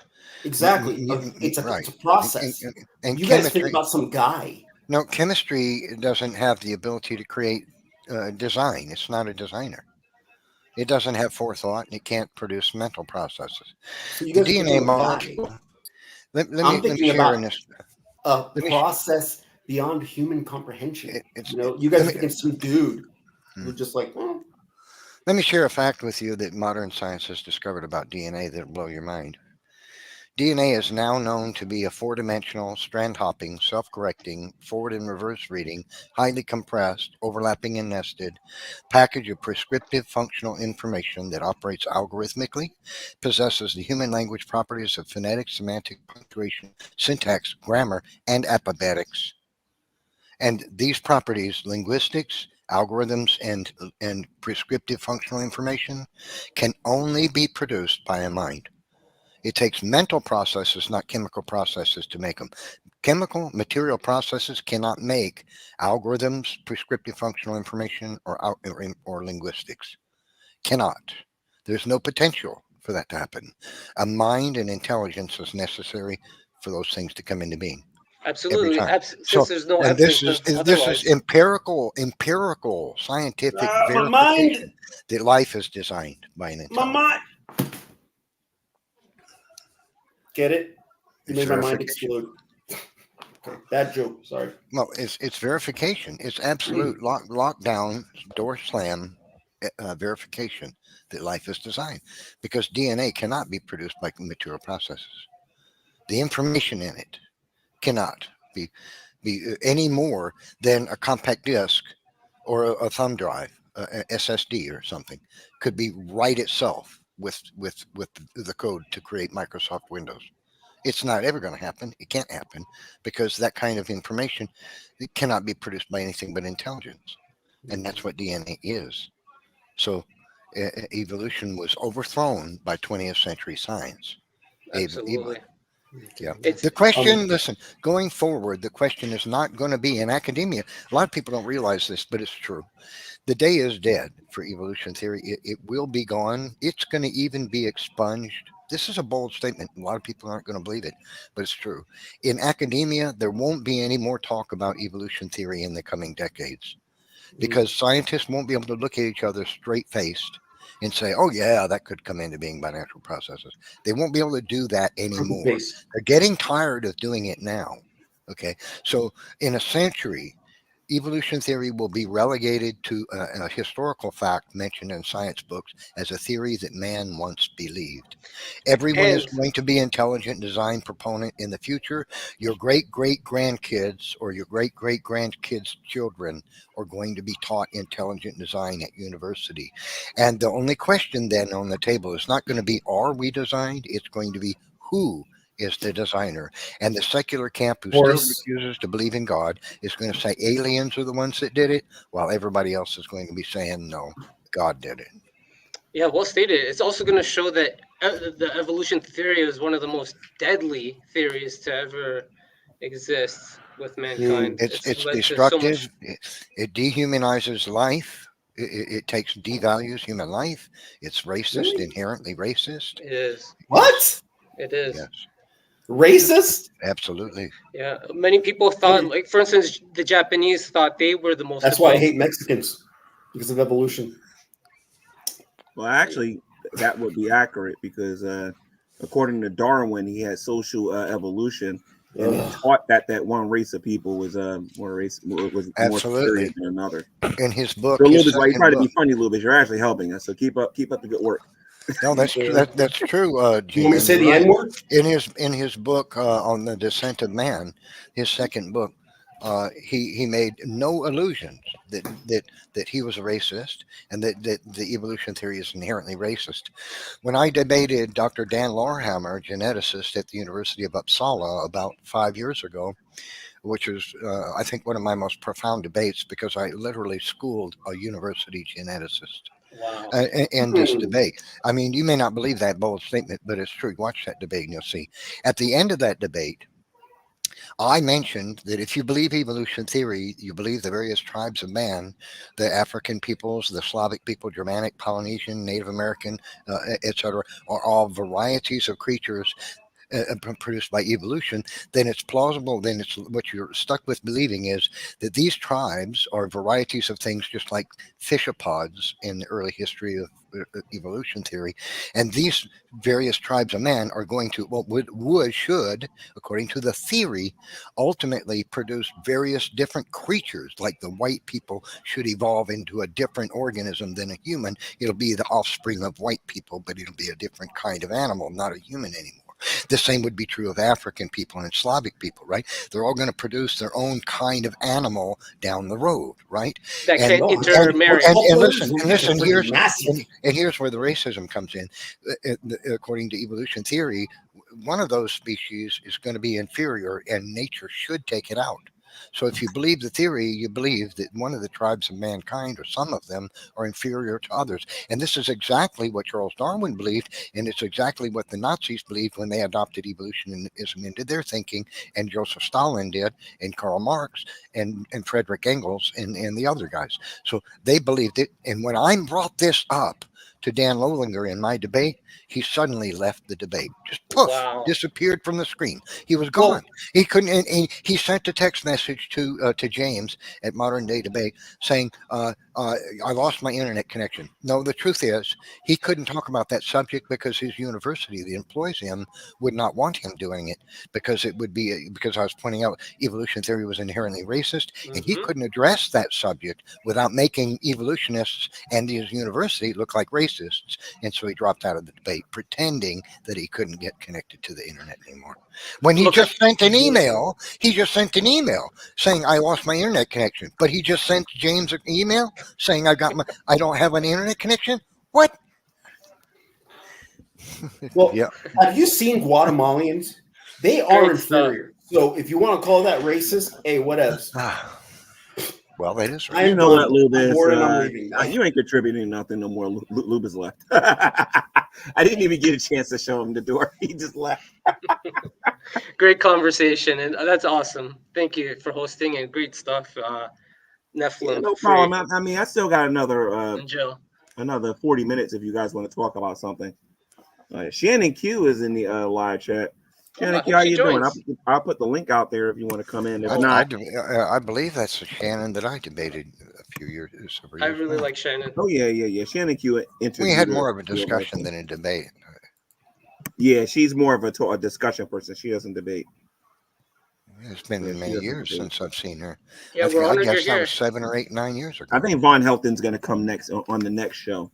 I'm going to try to pre-invite him. If he don't come to the next one, it'll be the one after that, because I got to let him know on Skype. Because sometimes he'll be in the middle of doing his own show. But I want to get Von on here and talk to him about eclectic paganism and why he's wrong about it when I get the chance. Great stuff.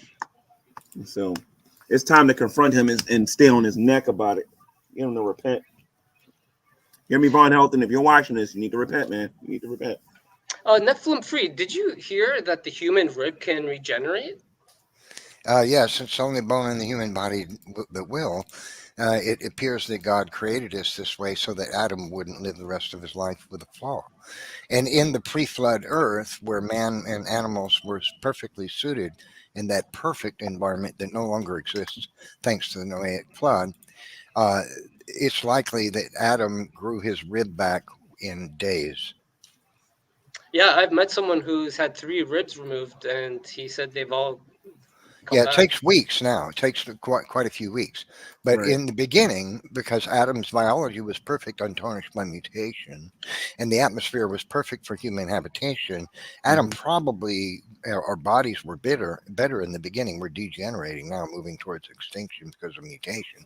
But it's likely, I think it's plausible that, for example, if Adam had cut his hand severely, deeply, like to the bone, that would have healed in 24 hours. Yeah, it seems logical. Probably would have healed in 24 hours, maybe 48. But so I think Adam's rib would have grown back within days, right? Because it's got the DNA we in can't there. do that anymore. Yeah. The rib contains DNA, so that would have had all the instructions for an Eve. Yes. Yeah. And the word rib is actually in the word DNA, deoxyribonucleic acid, and same with XY. XY is for male. Deoxyribonucleic acid. There's so many. DNA. It stands for deoxyribonucleic acid, and if you deconstruct No, you said word, rib stands for ribonucleic acid. Oh no, I was just saying the word rib is actually in the word DNA. And the rib actually kind of reminds me of like a materialized DNA structure in a way. But that's another conversation. Yeah, that's definitely a conversation for another day. Okay, so Jill, you there, Joe? Jill, you there? Joe, wake up! Oh, You there? sorry about that. I clicked the wrong thing. I was closing something I was working on. Oh yeah, I'm here. I'm sorry. You sleeping? No, I was just trying to get to the mute button. I was eating some chips. Hey Joe, I think we should start making a series of videos against that channel that Jesus never existed. Oh, God. Is that the second one or is that the first video? No, that first one we were looking at. We need to make some videos about that. You know, that would be too easy to do. Really, all you'd have to do is share one screen quote from from Bart Ehrman, who is no friend of Christianity, by the way, but considered a top-notch Bible scholar. I'm not sure if that claim is true or not, but he is the outspoken anti-Christian Bible scholar that exists. And just share a quote from him saying, nobody believes this stupid idea that Jesus didn't exist. Nobody in academia believes that, because he's made that statement. He said so on his own blog. So, I mean, you know, you just show him that and say, done, you know, we're done with you. Your whole channel was a waste. Bye. That's right. He's also Jesuit trained. Your whole channel, what a waste for something that everybody knows is wrong. Boy, that was smart. Boy, that was smart. You made a whole channel and all these videos over something not one human being in the world believes except a couple of thousand guys like you. There's a couple of mythicists still left. Yo, now if you might be interested in this, but Dragnet got his degree. He's a scientist now. Who is? Dragnet got his degree. He's a scientist now. Yeah. Look, if we haven't learned anything in the past 3 years, it's not to trust a liberal, even if he has a PhD. But it didn't seem to help, did it? But here's the thing, now he's a scientist now. You should challenge him to debate, and then let him try to tell everybody that you're not worth his time. That one would be funny. Yeah, well, let's see how that turns out. You know, he changed his channel name. It's called OP Ed Fred. Oh, called what? OP Op Ed Fred. Op Ed Fred. Is he streaming from the laboratory? I don't know what the heck he's doing, but we call him Scientist Drag now, so you should debate him on that. Was he colliding particles over there? My popcorn for that one. Was he colliding particles over there now? He's popping transitional forms out of the microwave there. Yeah, see, well, we're going to demonstrate evolution today, kids. See what I got in this jar? We're going to throw that in here. We're going to set this dial and set that dial, push this button. Oh, wait a minute, you got to fine tune it a little bit over here. And then let's click in our fake millions of years. Oh, you're going to click in 40,000. What do you think, kids? No, let's go 70. Go old. Let's go 70,000 years. Click, click, click, click, click, click, click, click. Press the button. Ding! Open the jar. Look at there. Well, it didn't work too well. Let's try it again. In conclusion, Christianity is false. Yeah, so in conclusion, because we warmed some stuff up in a microwave and it looks like abiogenesis soup, therefore, you know. Yep. But let me just let everybody know the verdict of this show. I thought that you guys should have brought somebody in here better than Lubis. You had MP in here for a little bit. MP kind of did a little bit better than Lubis. MP is a lawyer that doesn't like facts. Well, there you go. He's a lawyer. He should know. He's a lawyer that doesn't like facts. Jesus never existed. How do I know? Because I'm a lawyer. Yeah, if you're listening, Nate, I really hope you get a chance to study the teachings of Jesus through the parables and learn the 10 Commandments if you don't know them. And hey guys, I'm going to cut out. Thanks for inviting me, G-Man. It's been fun. I enjoyed talking. No problem, Neff. If you do a show, man, shoot me a link. I'll come over. Okay, guys. Keep up the stellar work. You guys take care. Thanks again.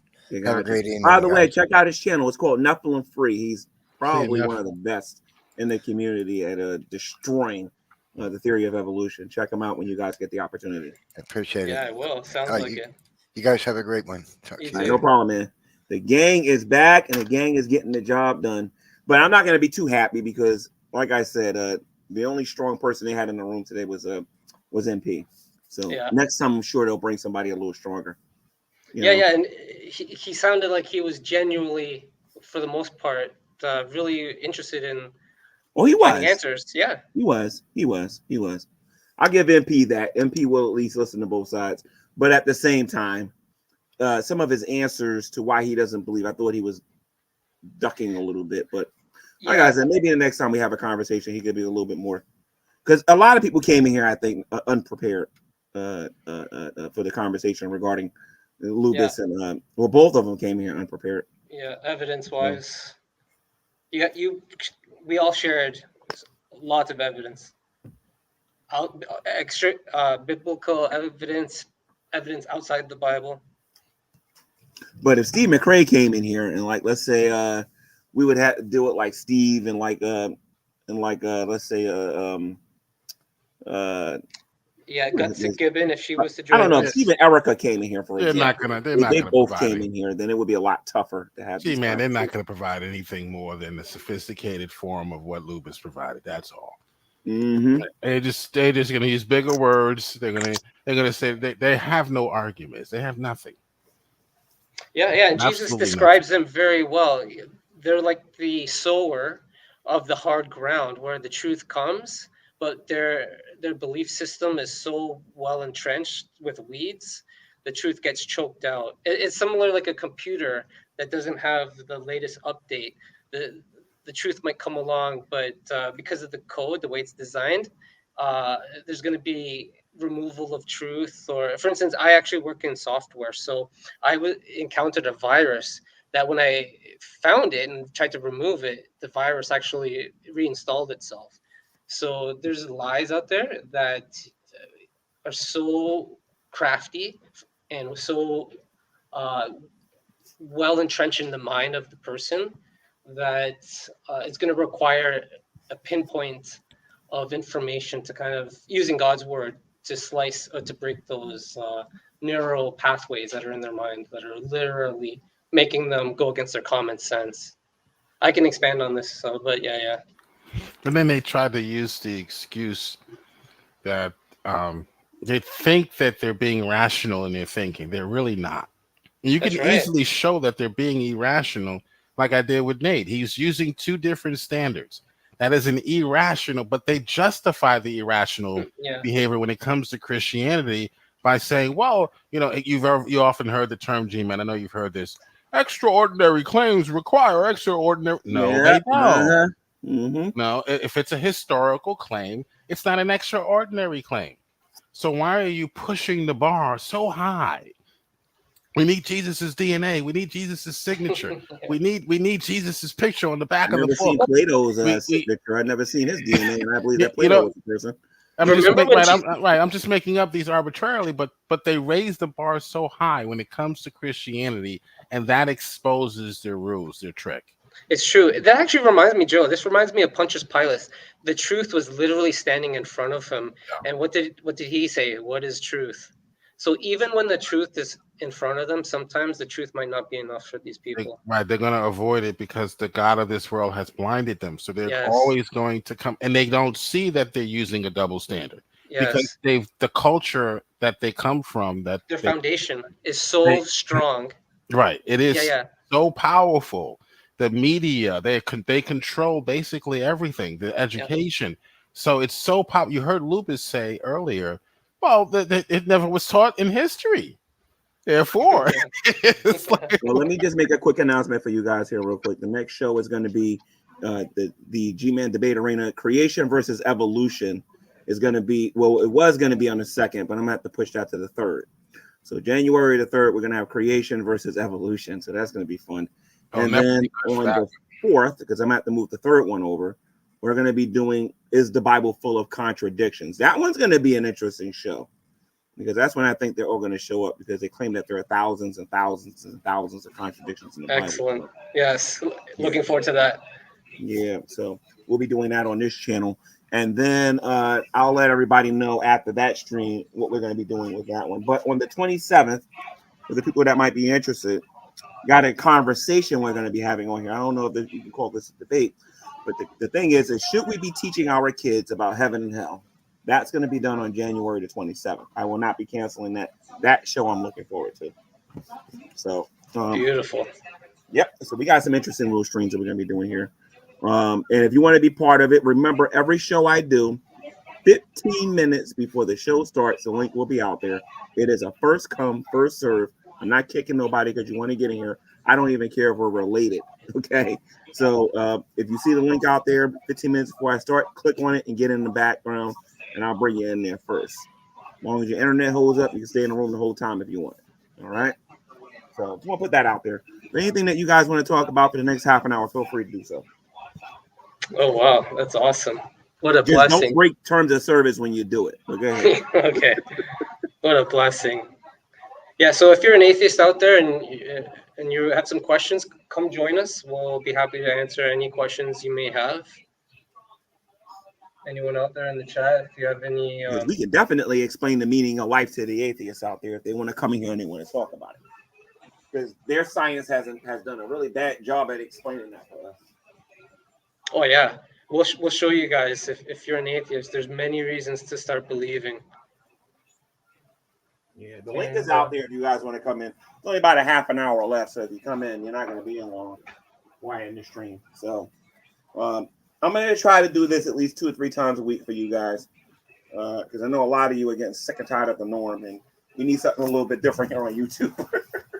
Oh, yeah, absolutely. And there's a lot of people out there looking for the truth, and God willing, they'll find their way to this stream. And if you're doing a stream and you need me to come in your stream, you know what I mean, for conversation, feel free to invite me. Give me a link. Let me know at least a few hours in advance if you want me to come in. You can do it via email, or you can leave it in the comment section or whatever, and I'll try to make time to come into your room. Jill, if you do a room and you need me to come in, man, just let me know. I'm not streaming until Biden is out of office. I'm protesting until Biden is gone. I won't be streaming until next year, January the 6th. Oh, wait a minute. You won't be streaming until 2025? Until Biden is out of office. Wow. Yeah. This should be good. Let's see how long you can resist that one. Man, you do understand you're wasting your freedom, man, because you could be using it to just preach if you want. I know. I have a stream scheduled for next week, but I don't know if I'm going to stick to it, but we'll see. All right. So, guys, if we are not there yet, let's get to 20 likes on the video. I think we got how many likes we got here? We got 15. I need 5 more likes. 5 more likes, guys. Can I get 5 more likes for the people that are watching? 5 more likes to get to 20 likes. And if you have any questions for anybody that was on the panel, in the comment section when the video is over, leave your questions, and one of us will get to answering your question. Or if you have a question now, you can leave your question in the live chat, and we will do our best to answer. Now, I want to let you guys know some people I tried to invite into this room today that did not come. I invited Steve McRae. I invited, but to be fair, they might be busy doing things. So I invited Steve McRae. Believe it or not, you guys are going to laugh when y'all hear this one. I invited Shanny for Christ or Shanny for self or whatever. I invited, let me say something here. I invited Matt Dillahunty. I invited Arnold Raw. I invited a few people, but do not be surprised that these people show up in the room and have conversations with us, because it tends to happen a lot of times. So as these conversations start getting more and more interesting. So we'll see. Because from what I understand, Jill, Matt Dillahunty doesn't do the Atheist Experience no more, right? I've been seeing some new people on there. Maybe you're right. Yeah. Yeah, and I think the Magic Sandwich show has been debunked. I'm pretty sure JD Kane's going to talk about this a little bit tomorrow on this TST show. So we'll see if he even does it. The new guy that does Atheist Experience, he is terrible. I mean, he is just horrible. Good. Let him stay there. I mean, Aaron Raw was horrible. I mean, all their arguments are terrible, but he's just this pompous looking. Aaron Raw is probably the worst debater in their community.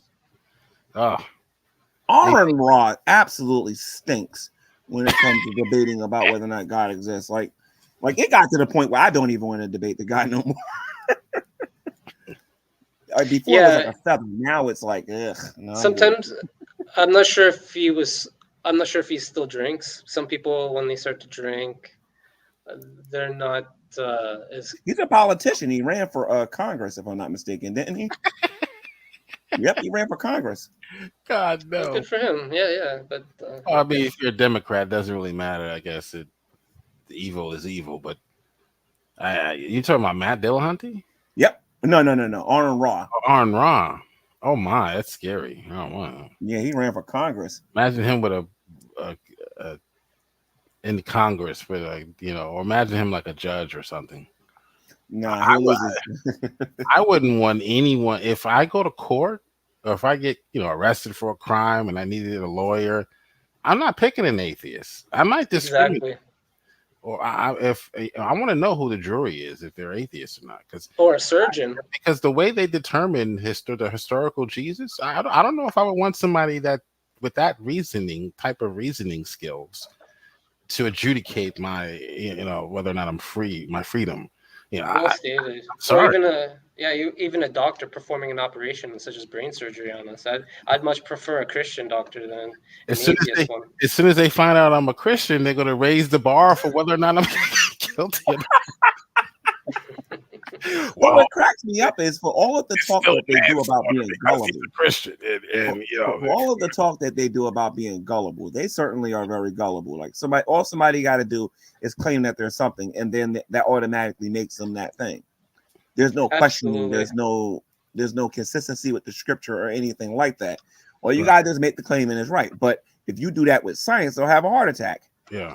Right. Yeah. So they pick and choose when they want to be consistent, when they want to have a standard and they want to use that standard.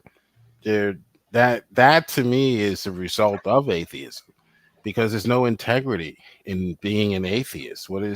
Why should I have integrity? There's no epistemic warrant for me to have integrity. Mm-hmm. Right? I'm just doing what makes me feel acceptable, good, or right. That's really what the problem with it's vacuous morally. Not saying that atheists don't have morals, but they don't have a justification for morality. They don't got a justification for judging morals. That's what it is. Or where it came from. For that. Or where it comes from. Sometimes.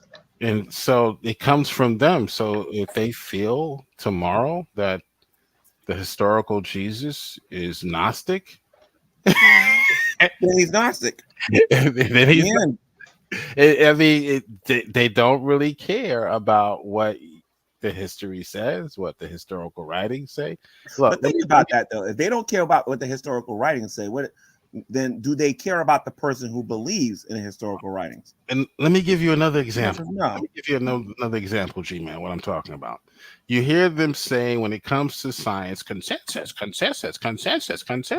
What's the consensus when it comes to the New Testament as far as what is the most historical, trustworthy, according to the textual critics, according to the historians? It's Matthew, Mark, Luke, and John. That's the consensus. Do they go with that consensus? No. Let me give you another example.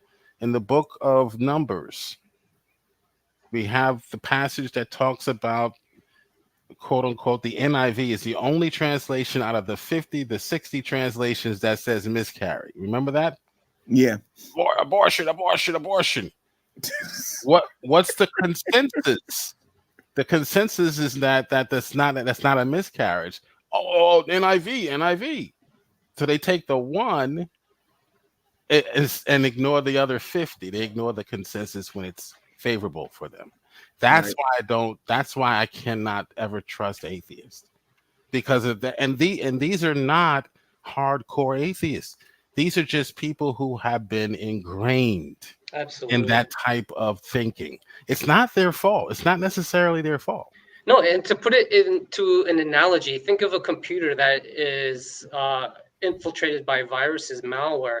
It doesn't even know it's launching attacks on other computers on the network. It's just doing what the code has instructed to do. So wow. I believe that's actually what's happening in the world today. Wow. It's a spiritual battle. That's right. And the cure, in my opinion, is think of it like this. We have Windows 11 now, right? And every now and then there's an update that comes. These are all man-made operating systems. I believe the Bible is the true operating system. And what's happened is some people have only installed, maybe they're working Bible 0.1, or maybe Bible 0.5. They've only Bible.com.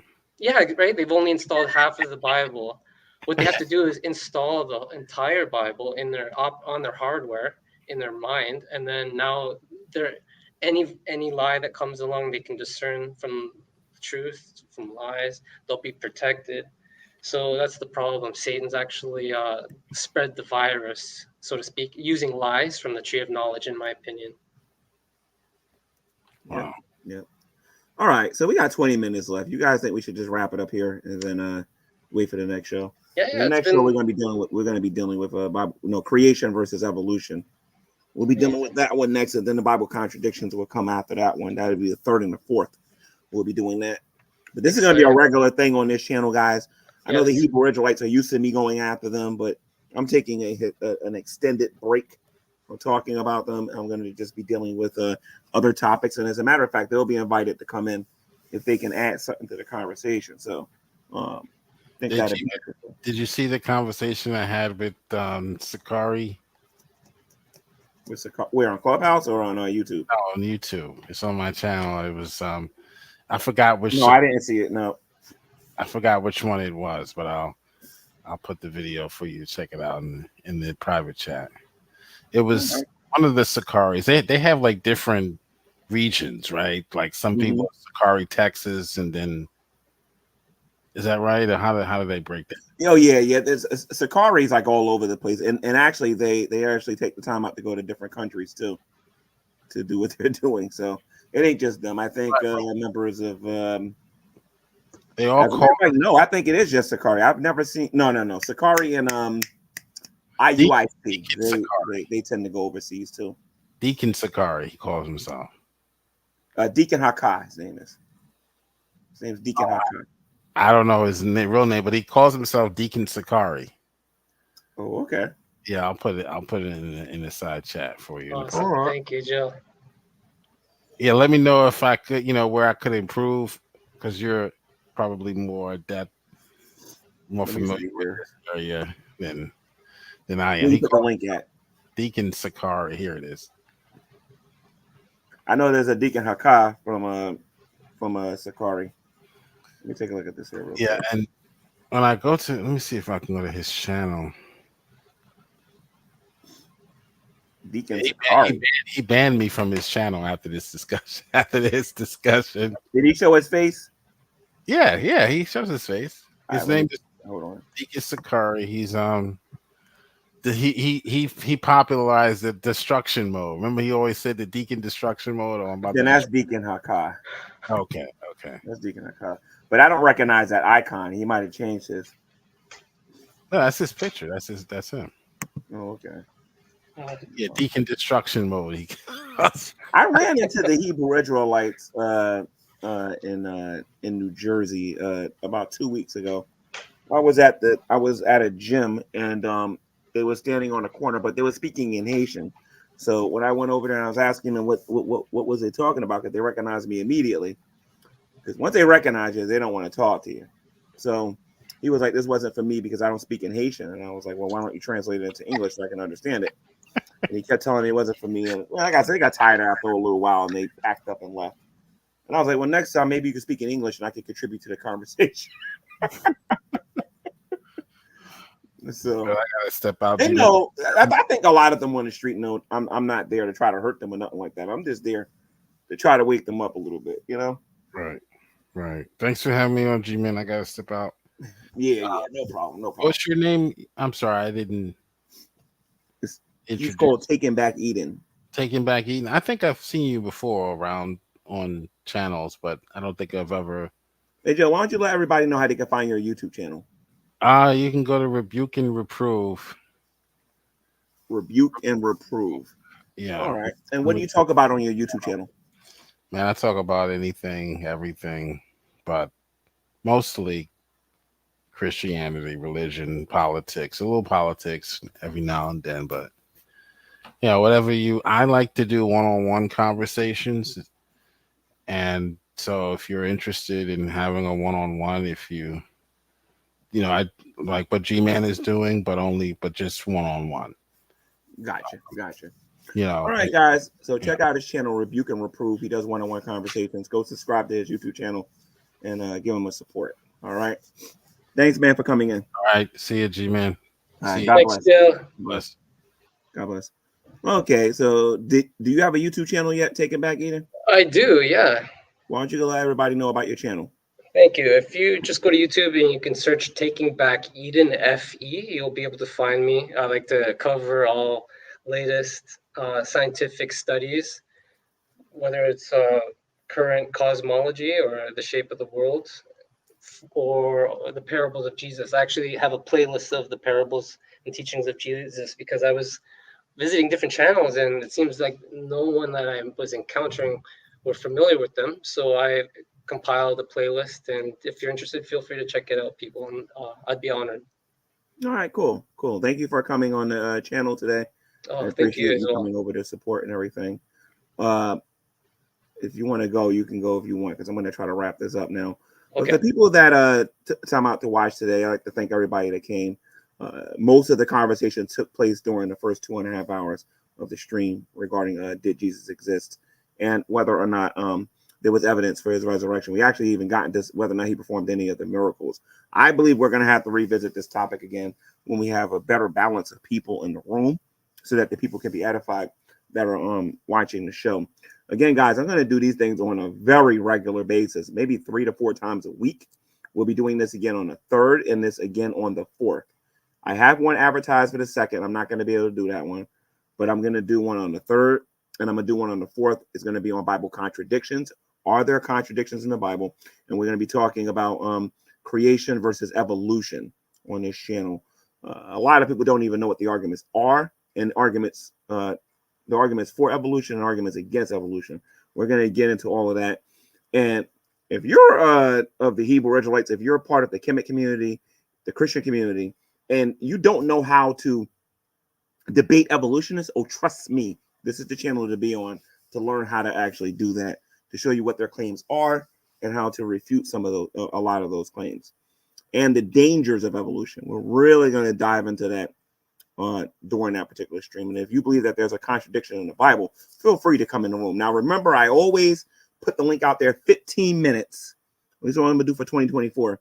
15 minutes before a stream starts on the channel, unless I'm running late or something like that. The link will be out there. You'll be able to join it as a first come, first serve basis. I'm not showing no favoritism.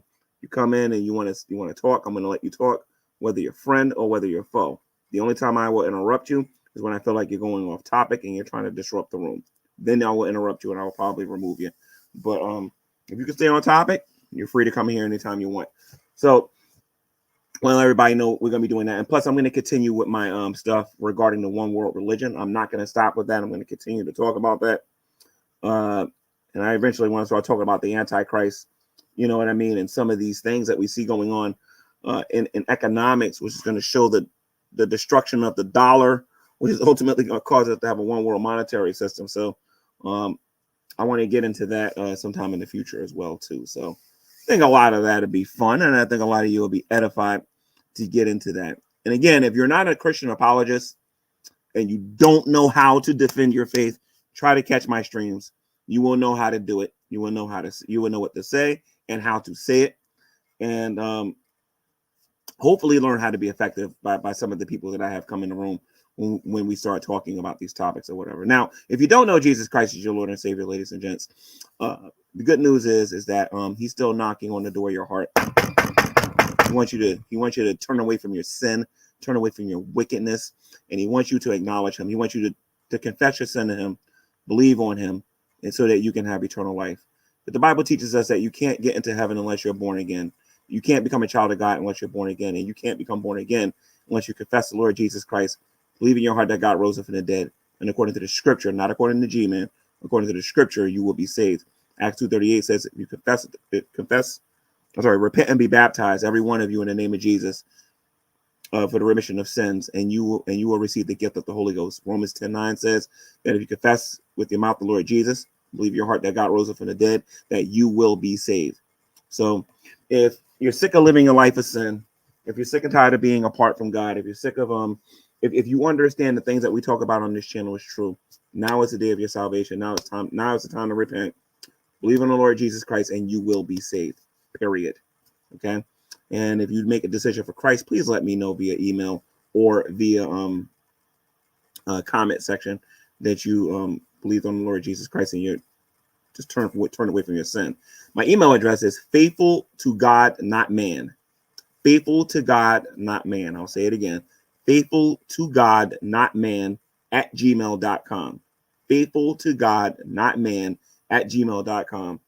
Most of the time I answer my emails. If I catch you a little bit late, I'm sorry about that, but I do answer my emails, especially if you've shown that you are if you are learning something, if you want to give me a word of encouragement, if you want to rebuke me. Sometimes I get on here and I say things that ain't necessarily on the up and up, and I have to come on here and correct myself after I've been rebuked by like 50 people. You can let me know via email, and like I said, I'm trying really hard to accept correction a little bit more. So let's just keep that in mind. So again, the next show we're going to do is going to be on the 3rd, and we're either going to be talking about Bible contradictions, or we're going to be talking about creation versus evolution. Please, if you're going to come into those rooms, be prepared to deal with people who do not agree with you, and be prepared to have an answer for the hope that you have.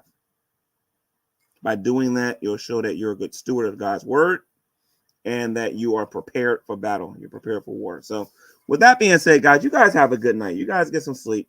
Enjoy your new year. Happy New Year to all of you out there. And this has been another edition of Preaching to the Choir Ministries Debate Arena. Telling you guys to read your Bible and do what it says. Next stream, I will show my face. And be prepared when you come in my stream. You're going to have to show your face in the next stream. God bless, guys.